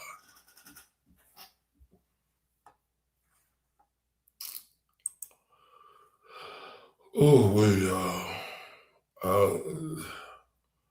Headline is 61 confessions, like you said, but sometimes you have to dig a little deeper to have a little more context. And when some evidence is allowed in and some evidence isn't allowed in, the jury doesn't get the full context. And I think that's what the defense is looking for here is an ability to present their side, all of the evidence, so the jury has more information, not less, and can make a determination on, do I believe these confessions? Do I believe this evidence? Do I believe that there's another reasonable explanation for what happened to those 2 young girls?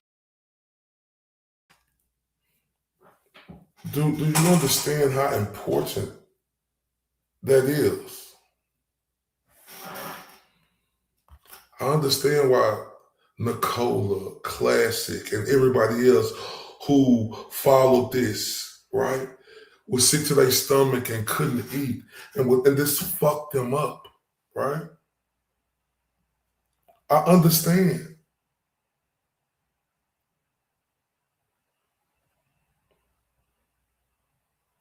This is the United States of America.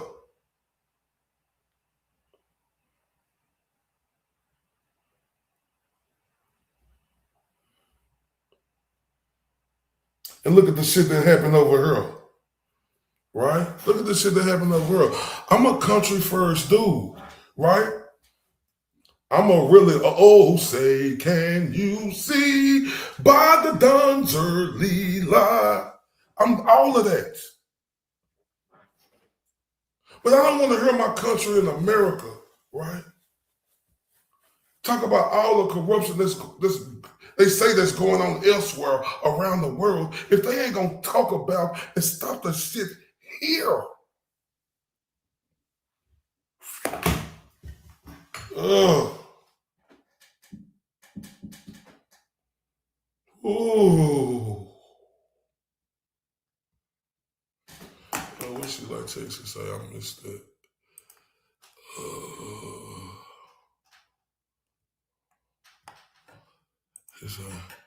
We think Kanoni was horrid. This judge told Kanoni, hold my white claw and watch this. Man, hold up. Shout out to Jenny Lynn again. Yeah. Clean our house first. You heard that? Ain't that the truth? Lord, to clean our house first. Clean our house first.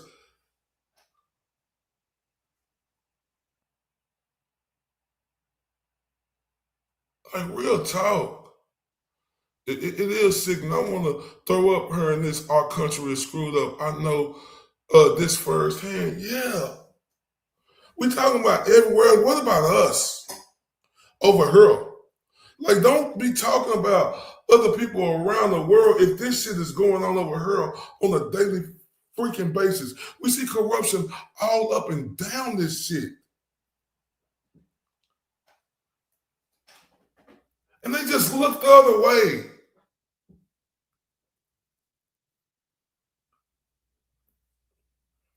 What is this?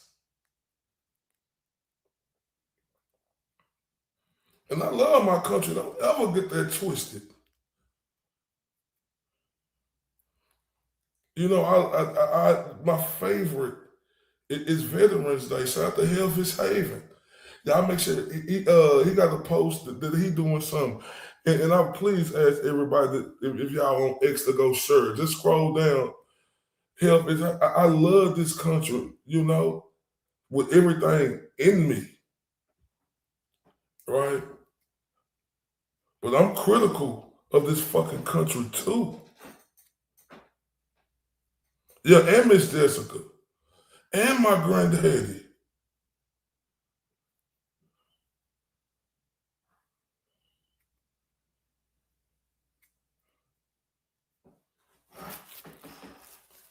And I tell everybody for real because, like, what? Look, I'm gonna tell y'all like this, and I think all veterans, right? Oh, she is awesome. I think all veterans, she is awesome. Miss Laura.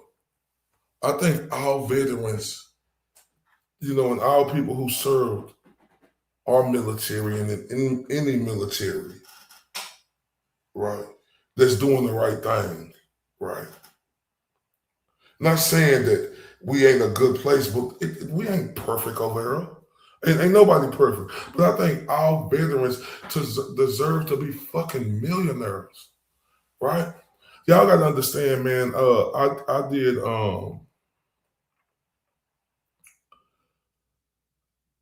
stuff to where I understand what veterans go through, right? Buying houses and everything. I understand it. Don't y'all know they make, do y'all know how long it take these veterans, and sometimes veterans never get a 100% disabled? Like, it's mind-boggling to me that veterans should have to pay taxes. The fuck should they pay taxes for? Shout out to the beautiful growth in the building. Nah, and I love this whole country. And guess what? Shout out to my y'all got a big fight coming on over there with Tim Zoo and Earl Spence in Australia. I love Australia. I mean, we got fucked up people over here. Everybody got fucked up people, but that don't stop you from liking the place. What was my guy? Damn, I can't think of his name right now, but he's from Australia. What the fuck was his name? Man, they made the ultimate sacrifice. And that's why I tell everybody, right? If y'all, man, look, let me go down to that. Yup, you sure right, Miss Orlando. What is it? Yeah, they make the ultimate sacrifice.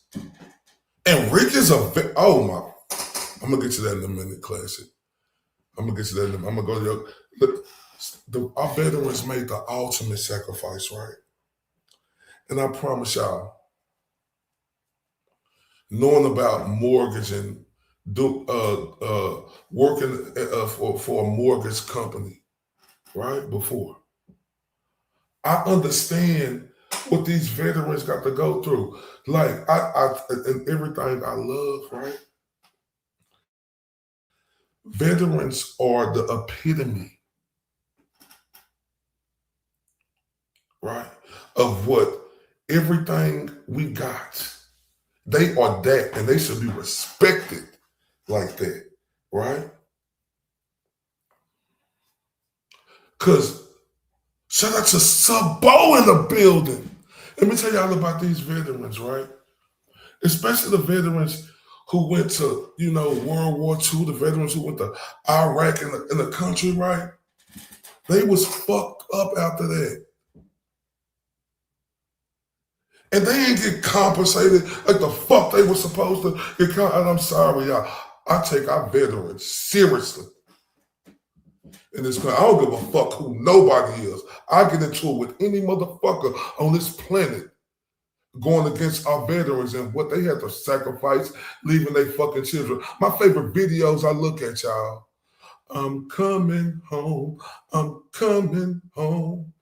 Tell the world I'm coming. When they parents or brothers or husbands and wives come back to their kids and stuff like that. I watch that shit damn near every day.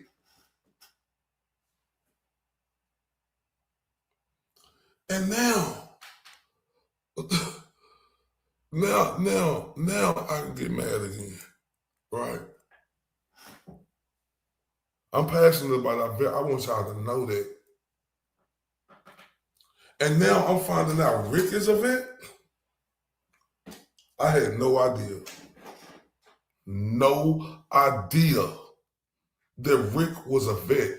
See, this is the type of shit that fucks with me now, because do y'all understand what people like our veterans go through? They be fucked up. A lot of them be fucked up when they come back. Man, shout out to Subbo in the building. In the building.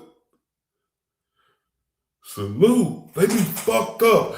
I mean, they don't, and I know this dude done went through something. Y'all gotta understand that.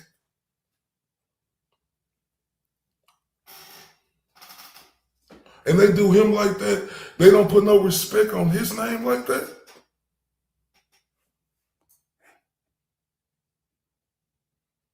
For real? In another death? I'm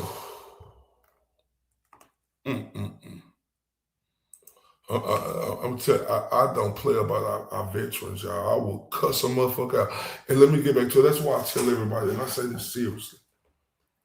Man, if y'all still veteran, if you got it to where you could pay for their meal, if you see them with a cap or a shirt on, ask them if they're a veteran, do that.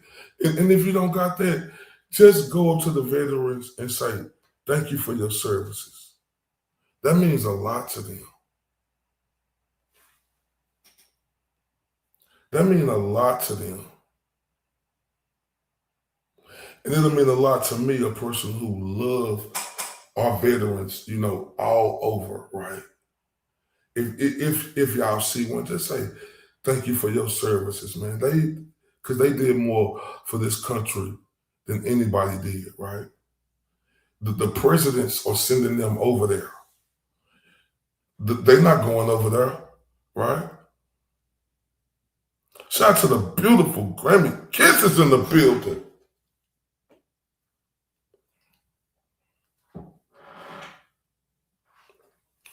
Let's go to the next clip, y'all. But love our veterans, y'all. Perhaps the biggest moment for the defense during the trial was their belief that they had completely blown up the prosecution's timeline of what happened, making it impossible for Richard Allen to have committed this crime. And it was all focused on Libby's phone, and Libby's phone found at the scene. Let me show you a picture of it so you can see it. What they are saying is that the phone, someone was manipulating the phone 5:45 and then later that night. And prosecutors did not have Richard Allen at the scene at that time. So all of that information that was brought out by the defense through their expert testimony saying that someone had plugged headphones into that phone at 5:45 completely obliterated the prosecution's timeline. And now the defense is upset because prosecutors brought in an expert witness who then provided some information to the jury that he Googled, right, just before testifying about it, to undermine the defense theory and the defense expert. I'm angry as a motherfucker too, because did y'all just hear that? Because the prosecution didn't have him there at no 5:45, right? That blew the case up then. And we had an expert testify to it, that somebody manipulated the phone. But the fucking judge lets this fucking person go out and Google it. Google? Man, Google these motherfucking nuts in y'all mouth down there in Delphi, Indiana, in that fucking justice system. Google? Bitch, that's hearsay. Whore? Oh, I'm sorry, y'all. I cussed. I'm sorry. I'm trying to do it. Google. Google?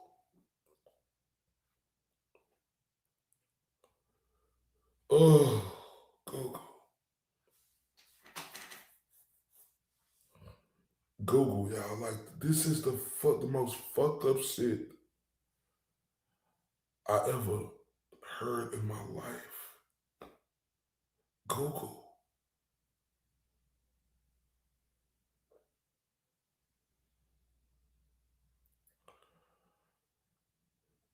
that off-brand Peggy Bundy looking ass judge, she accepted Google?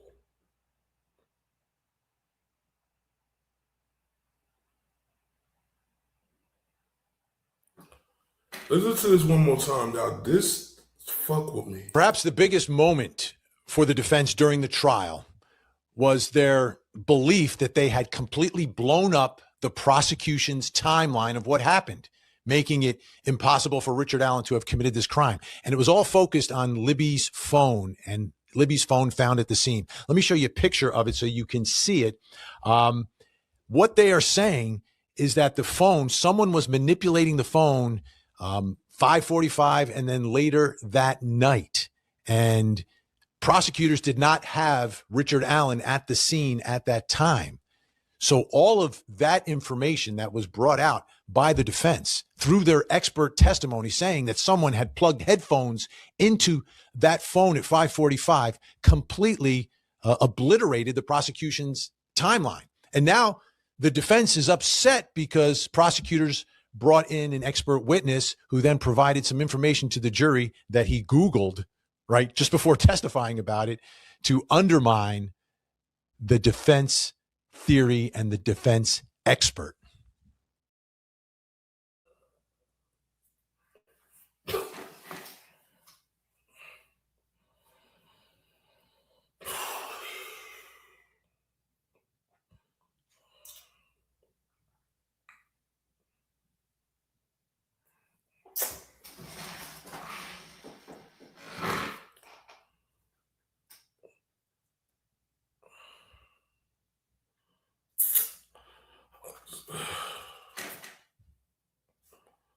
Fucking Google, you bitch ass people. I'm sorry, y'all, for cussing. But Google, you sorry roaches. Google?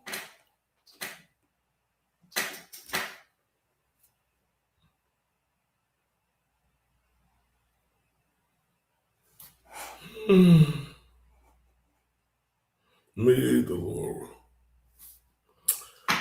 Let's go to the next clip. Only a couple of more. Let's talk about the timeline here. And a big part, as I was covering this case, not inside the courtroom, but through reporters who were in there, one of the big theories and themes here is that the prosecution's timeline was broken, that the defense had undermined it through some of their fact-finding in this case, specifically activity on Liberty's phone at 5:45 p.m. Can you put in perspective the significance of that activity, how it relates to the timeline, and then we'll get into what happened at the trial? Okay. So at 5:45 p.m., Stacey Eldridge, who is the she's the phone expert, and she also trains phone experts for the FBI. She was a forensic phone expert for them as an agent, and now she actually trains law enforcement on these devices and reading these reports. So that's very important for me, to get out here, because Stacey's not a run-of-the-mill expert.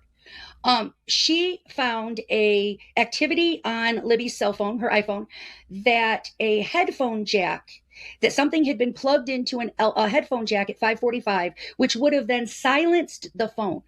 And what was specific about that time frame is that phone calls from panicked family members and friends were coming in repeatedly at that time. So if that phone was somewhere in that geofence, maybe at somebody's barn or in a shed or a shack or in somebody's garage, then that phone could have been heard ringing. So at 5:45, Stacey found that someone had plugged in that port, that headphone jack, something had been plugged into it. And then for whatever ungodly reason, and I witnessed this with my own eyes. Right after Stacey's testimony, Judge Gall called a quick recess. Indiana State Police technology guy, Detective Cecil, ran out with his laptop, ran out with his phone, and he was doing Google searches during a 15-minute recess. And then he was allowed to come back in. I know this, it was his laptop, because he ran into us coming back up the stairs and almost dropped his laptop. He was in such a hurry.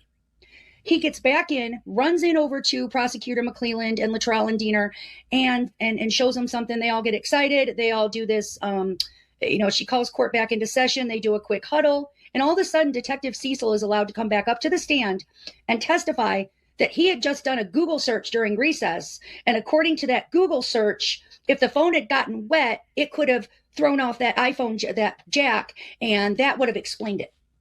But Stacey Eldridge was very clear in saying water could not have impacted that headphone jack. So now we're taking a Google search result done in a 15-minute window from an Indiana State Police technology guy over the testimony of a decades-long senior veteran FBI technology phone expert.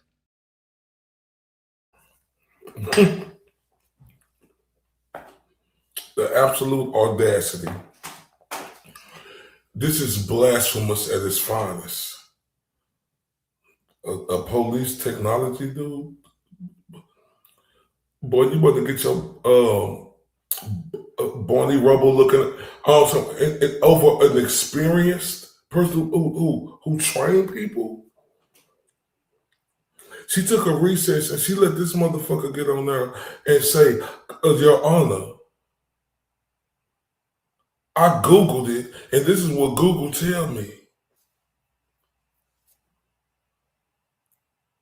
Only in America, only in America. Boy, this is some of the most gutless shits I done seen in a long time, y'all. And I'm not bullshitting.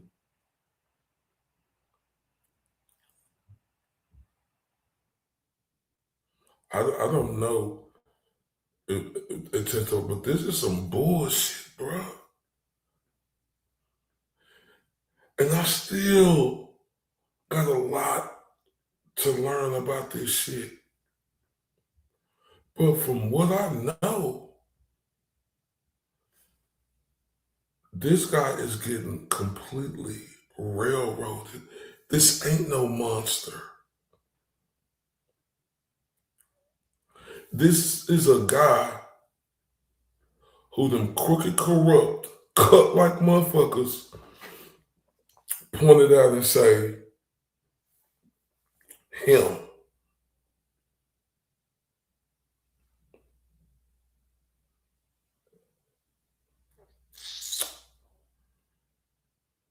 Oh, Lord Jesus. Wow. And the other part of that is, like, generally you're not supposed to be able to testify about things that you just Googled. It's called hearsay. And yes, experts get a little more leeway, but usually it's based upon reading some treatise or some study that's been scientifically tested. But Googling and testifying about what you Googled is very unusual. It's not something that most judges would permit, and it's not something that most prosecutors would present in a case. To me, that's the really strange part of this. Now, put it in perspective, though. How important is this 5:45 time? What does that mean relative to Richard Allen? That Richard Allen had an alibi, that his wife was at home with him. I'll say it like that. That Richard Allen was not with those girls at that time. Couldn't have been. Couldn't have. And how does that 5:45 play into the original timeline that prosecutors had? The state claims the girls, the bridge guy video was taken at 2:13, and they claim that Rick abducted the girls at 2:13 and had everything wrapped up by 3:30. And was out of there. Completely out of there.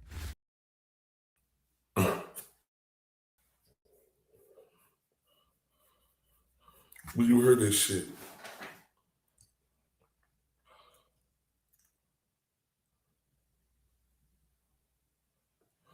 yeah, Charlie said, even if he is a monster, there's another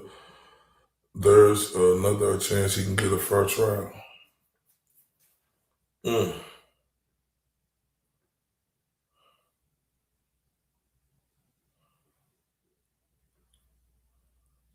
Yeah, Odinism, yup.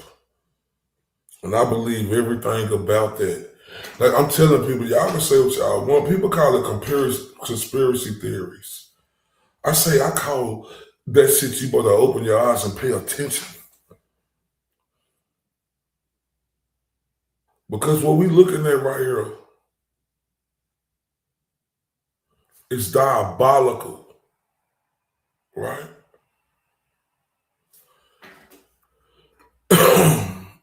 Vinny? Important. I want to remind you that the The purpose of this episode and looking at this evidence was not that, hey, Richard Allen is 100% innocent.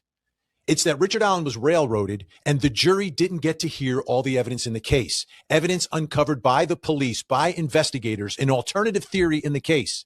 And in the end, if they hear both theories, they still may very well convict Richard Allen. But our system of justice demands that trials are fair, even for people who may be guilty of murder.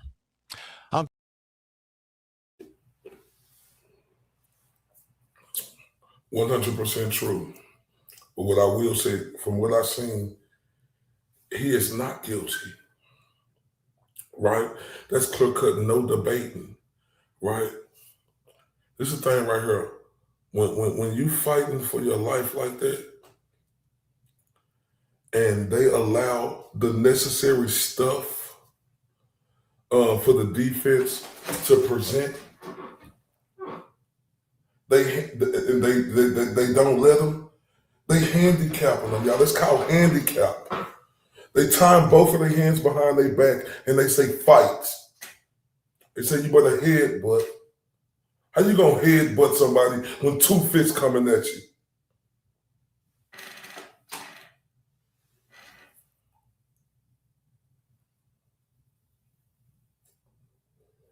They say not a fair trial. This shit need to be thrown out for prejudice, right? However you say that, isn't it prejudice, right? You got the fucking dudes in jail who said fucking Logan dude and the fucking Kenji or whatever, Clemens, whatever the fuck his name is. They confessed to him and they wrote on paper, oh, they ain't gonna take that for truth. They ain't gonna look at that. Oh, they gonna believe this bullshit ass dude who watched a YouTube video working in the police. Oh, he knows so much about technology, and the stupid ass judge let him come in there and say, "I Googled it." Oh, but the judge didn't hear the lady, the expert, say the water damage could have done this, right? Because guess what? He had his alibi. He was at the house with his wife. But we know how these crooked motherfuckers do. Remember? Think about 34 Fairview. The red cups, the leaf blower. Right? We know what crooked people do. They say he was there at 2:13 and left at 3:30. The fuck are you talking about?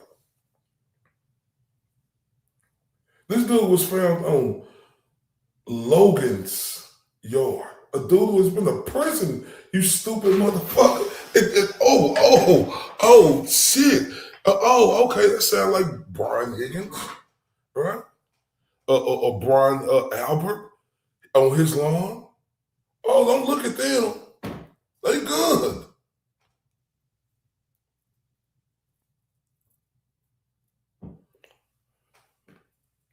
They good. The people who own the house, they good. So you telling me this motherfucker, man, say, this the world we live in?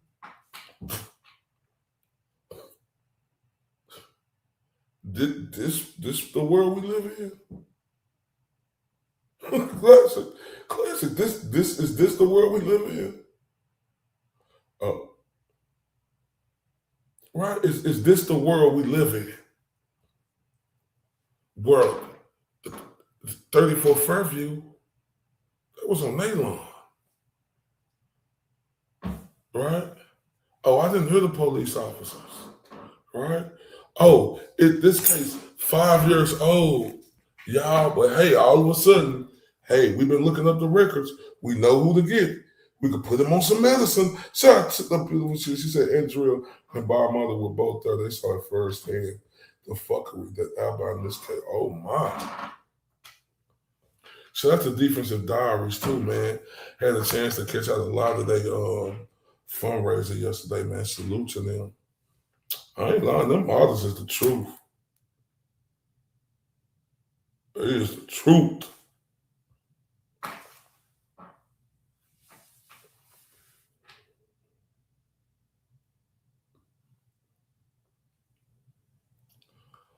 I'm not a lawyer, but I know what corruption is. You can read in between the lines. You can see the cracks, right? Especially when you've been there, done that before, right?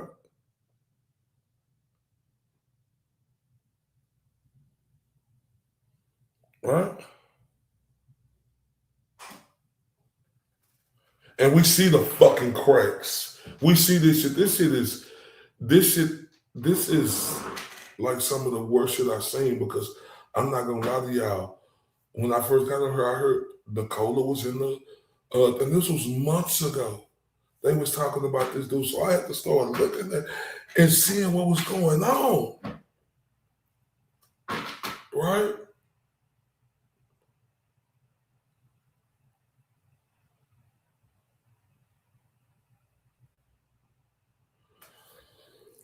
Oh man, I feel sorry for all of us, y'all.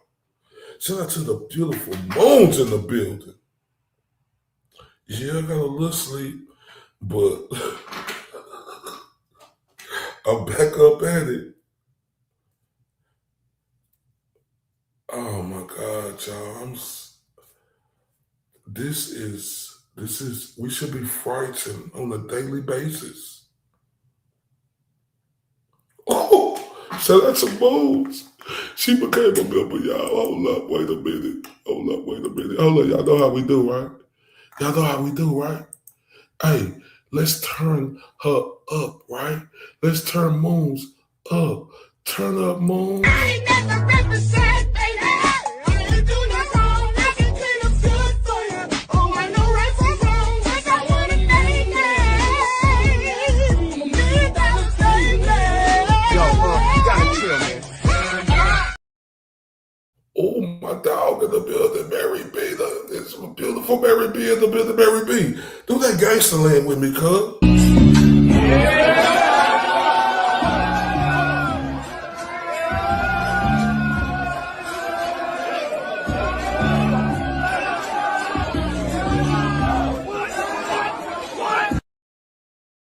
Hold up. I see the beautiful ocean in the building. Salute. So that's to everybody. I love y'all to deafen them. Oh, man. Oh, man. I'm sick to my stomach.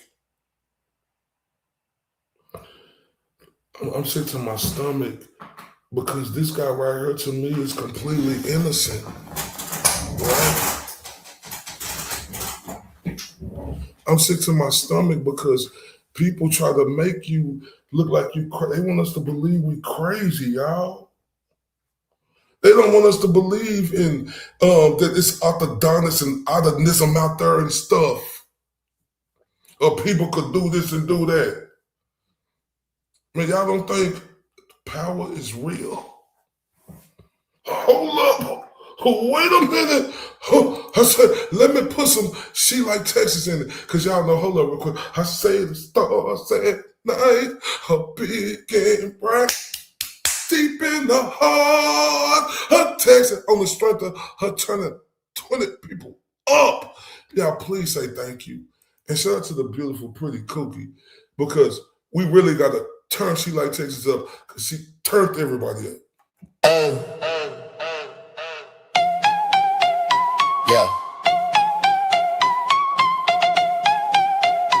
Yeah. Hey, you did that, look at you go. Drop that down and now the whole room know. Big heart energy still in the show. You walk in and the whole place grows. Old school smile with a fresh new grin. Same sweet spot, let the chaos in. Cards on the table, you win again. Everybody turn when you step in. Hands up, look alive. You made the whole night rise. They've been waiting on your name. Now it burns through the frame. Let's fucking go. Let's fucking go. You did that, and everybody knows. Turn up, toast to them, oh. Let's fucking go. Big heart energy still in the show. And shout out to the beautiful She Like Texas in the building. And hold up, She Like Texas. Well, I tell you because you know how we come because I know you like this. Let's turn up. I ain't never represent, baby. I ain't do no wrong. I can clean up good for you. Oh, I know right from wrong. Yes, I wanna make it. Me that baby. Yo, you gotta chill, man. Yeah, shout out to the beautiful Ocean. She said, did you know Muncie was a Texas girl? I definitely did because I watched all y'all shows and I seen that. I said, deep in the heart of Texas and how we coming down here. You hear me? Yeah, but you know, we got, I know it's 3 Texas on here. I don't know if it's any more. I know it's me, Mama Texas, and you know, the beautiful moons in the building. You hear me? You know,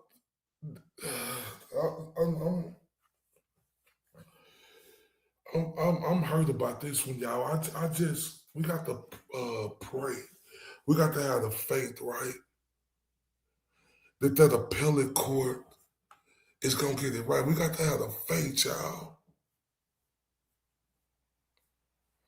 Oh, for sure. I think it was on that episode you had them shades on. I think it was on the episode you had them nice shades on, them round shades. I like them. I think that was the episode. I think that was. That I found out that she was from Texas. But yeah. And y'all make sure y'all, if y'all ain't subscribed to Ocean Moons Live, go subscribe to them. If y'all ain't subscribed to the beautiful Mary B, the other Mary B, I'm sorry, go subscribe to her. If y'all ain't subscribed to the beautiful, pretty Kookie, go subscribe to her. Who else has got a channel?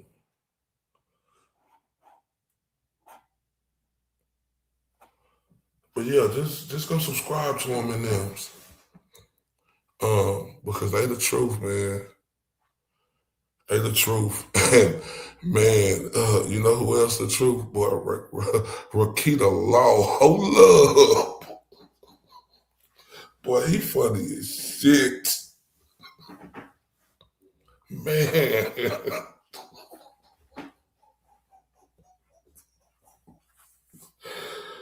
Oh man, his personality is gold, bro. Oh my God. That black guy, y'all. And shout out to him on his 2-year anniversary of sobriety.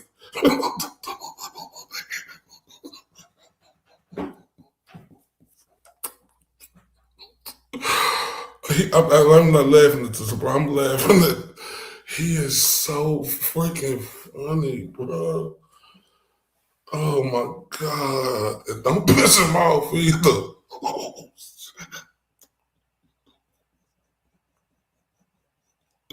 Oh my God.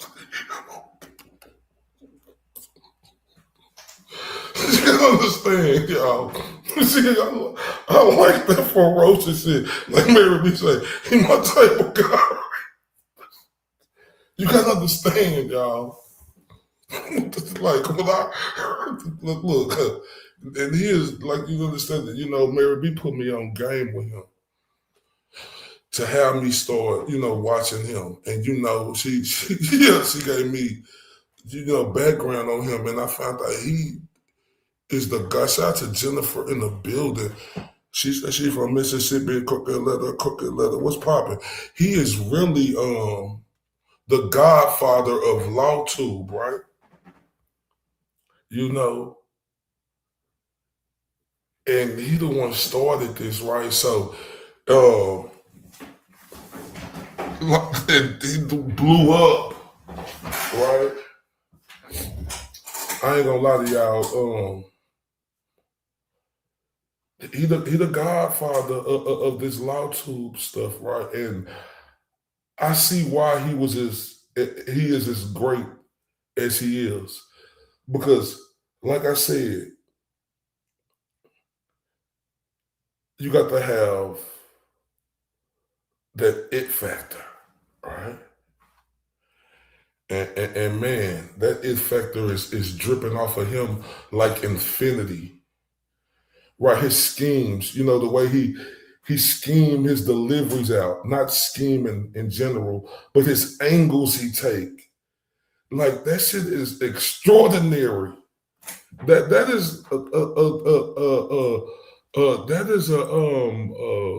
a Picasso paint. That's an art, and he do this shit for fun. Like it's I'm telling you, like she said, he is the godfather of YouTube, and it was fucked up when he got in trouble, and the other Lttw started being little bitches and turned against him quickly. Oh my! Heard about y'all know, you know, yep.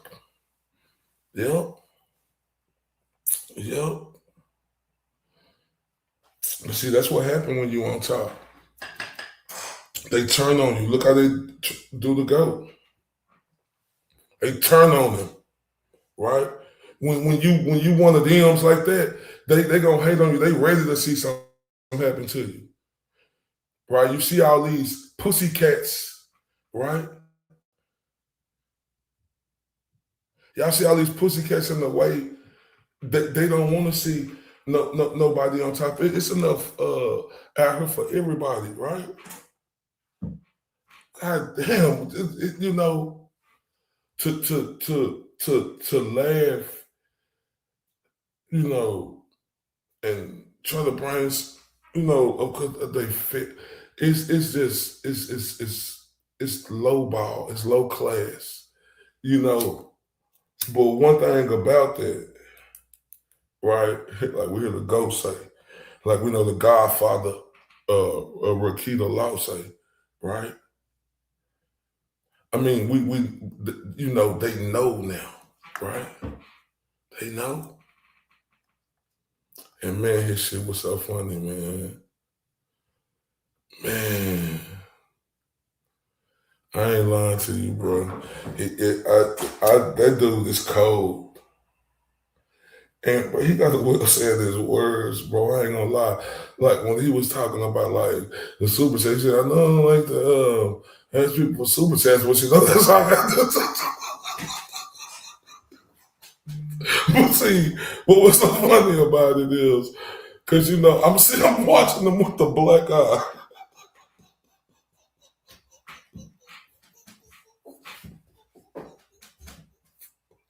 And everybody in the chat, man, oh y'all, it was hilarious. If y'all ain't seen that, man, that dude right there is must see. Like seriously.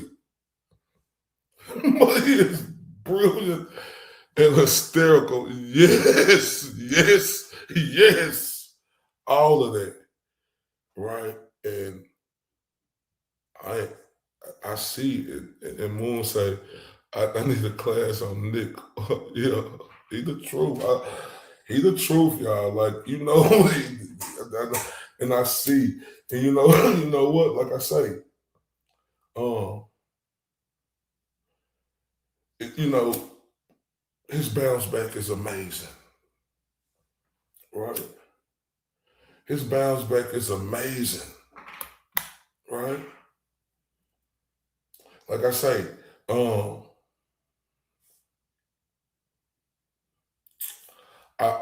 I love stories about trials and tribulations and making it past that, right?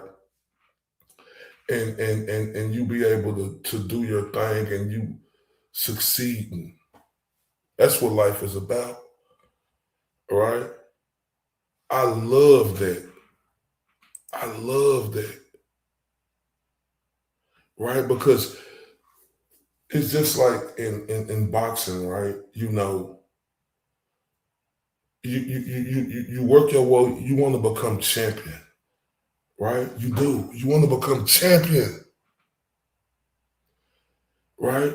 So you become champion, right? But then look, you lose that belt, right? But the greatest feeling, right, is to regain that belt again. That's the stories I like. because anybody could become a champion, right? Not anybody, you got to work your ass off to get it, but you could become a champion. But can you lose and come back and be a champion again? That's why I rock with Rakita. That's why, I rock with the GOAT and a lot of other people. Like real talk. I want to watch Ray, watch Nick, watch Kurt. Yeah, it could happen eventually. I promise you, because like I'm a big time of sin, because we all gonna go through it in life. We all gonna go through something. We gonna all have to bounce back, right? People gonna make fun of us. They gonna laugh at us. They gonna kick you while you're down. But guess what? Chin up, shoulder straight, keep going, right? Look at Rakita Law. Look at the GOAT. Look at the OG. Come on now. Ooh. Come on now. Oh, you talking about Rakita? Oh yeah, no, I ain't caught one of them yet. Now I do gotta catch one of them. Now, if he funny and I ain't caught one of them, because I heard people say that his pennies are even better.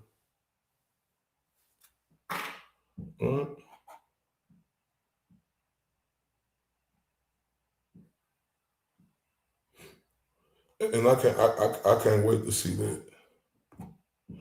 But I want to let y'all know. Oh, I can't wait. I love y'all to death, man. I appreciate everybody here, right? And look, Richard Allen is a priority now, because I'm finna read up and do a lot, about this, because his appellate coming up, y'all. And like I said, this could be any one of us. See, they tormented him, right? Put him down, right? To where they knew, dude probably was taking some medicine. He's a veteran, probably the scenes, and they done did everything. When I'm telling you, that's exactly what I'm gonna do. Watch Andrea Burkhardt. And the reason why I like Andrea Burkhardt, because when she was on Queen Melanie's show, and I think Melanie interviewed her, she came on her show, I found out that she used to box or train or something like that. Am I right about that? She trained boxing or something like that.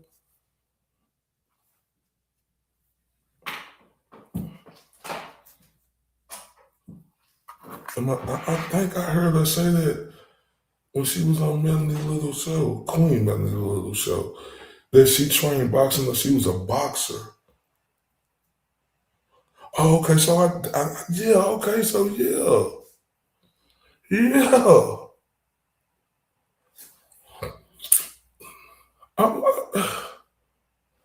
Where's she from? Like, was she a pro boxer? Or did she, she just, train and get in there and spar and stuff? Because I'm trying to see, like, if she ever been in the events around the world. I probably not been to one of her fights. If she did, I'm just asking. Y'all say she a badass boxer. Oh, Washington, not the pro. Okay. Yeah, but I'm telling y'all, boy, boxing is the best workout. It's the best workout, and plus you got to know how to defend yourself, right? Bob and weave, a step to the left, bing. Like real talk. And I promise y'all, a boxing workout is the best workout. Hour a day.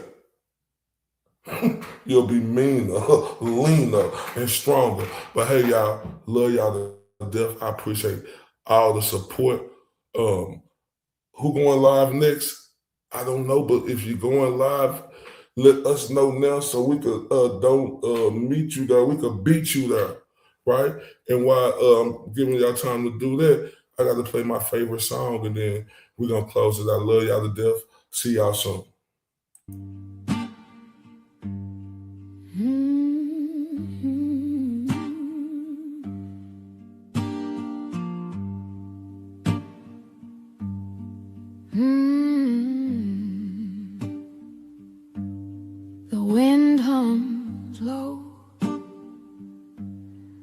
hollow refrain through crack window panes. It calls my name. The clock ticks slow. Its echo stays.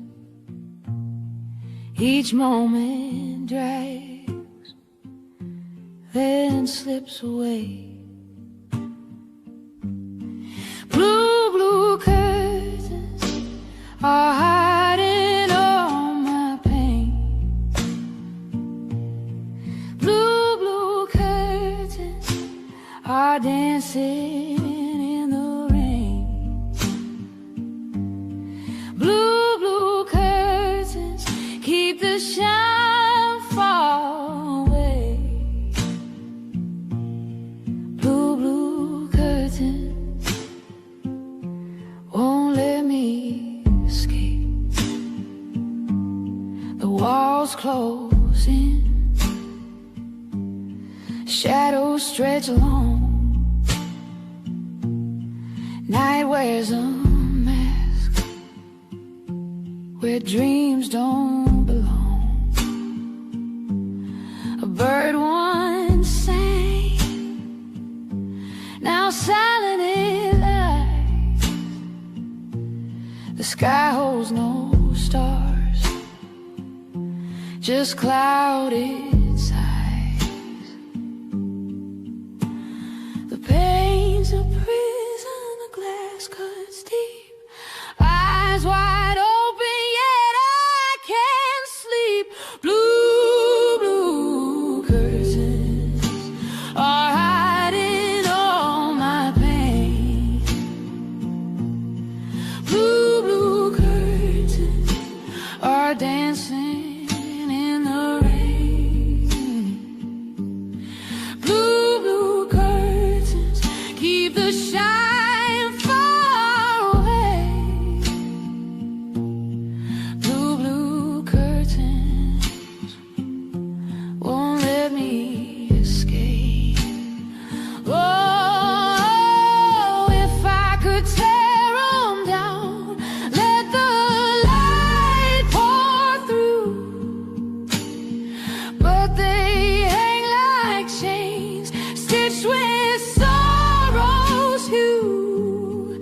Every fold whispers secrets I can't erase. I do. Y'all know how I do. I'm on that bullshit again. Let me tell y'all a little story about me. In the boxing world, my name is Mr. IOTBA. The acronyms for IOTBA is Mr. Undeniable. Hold up. Mr. These boys can't You a touch me. daisy if you do, Oh. but I ain't got shit to prove. Blue dust, gold tooth, little Bruce, smile sharp enough to choose. Bang, bang, right through your cool.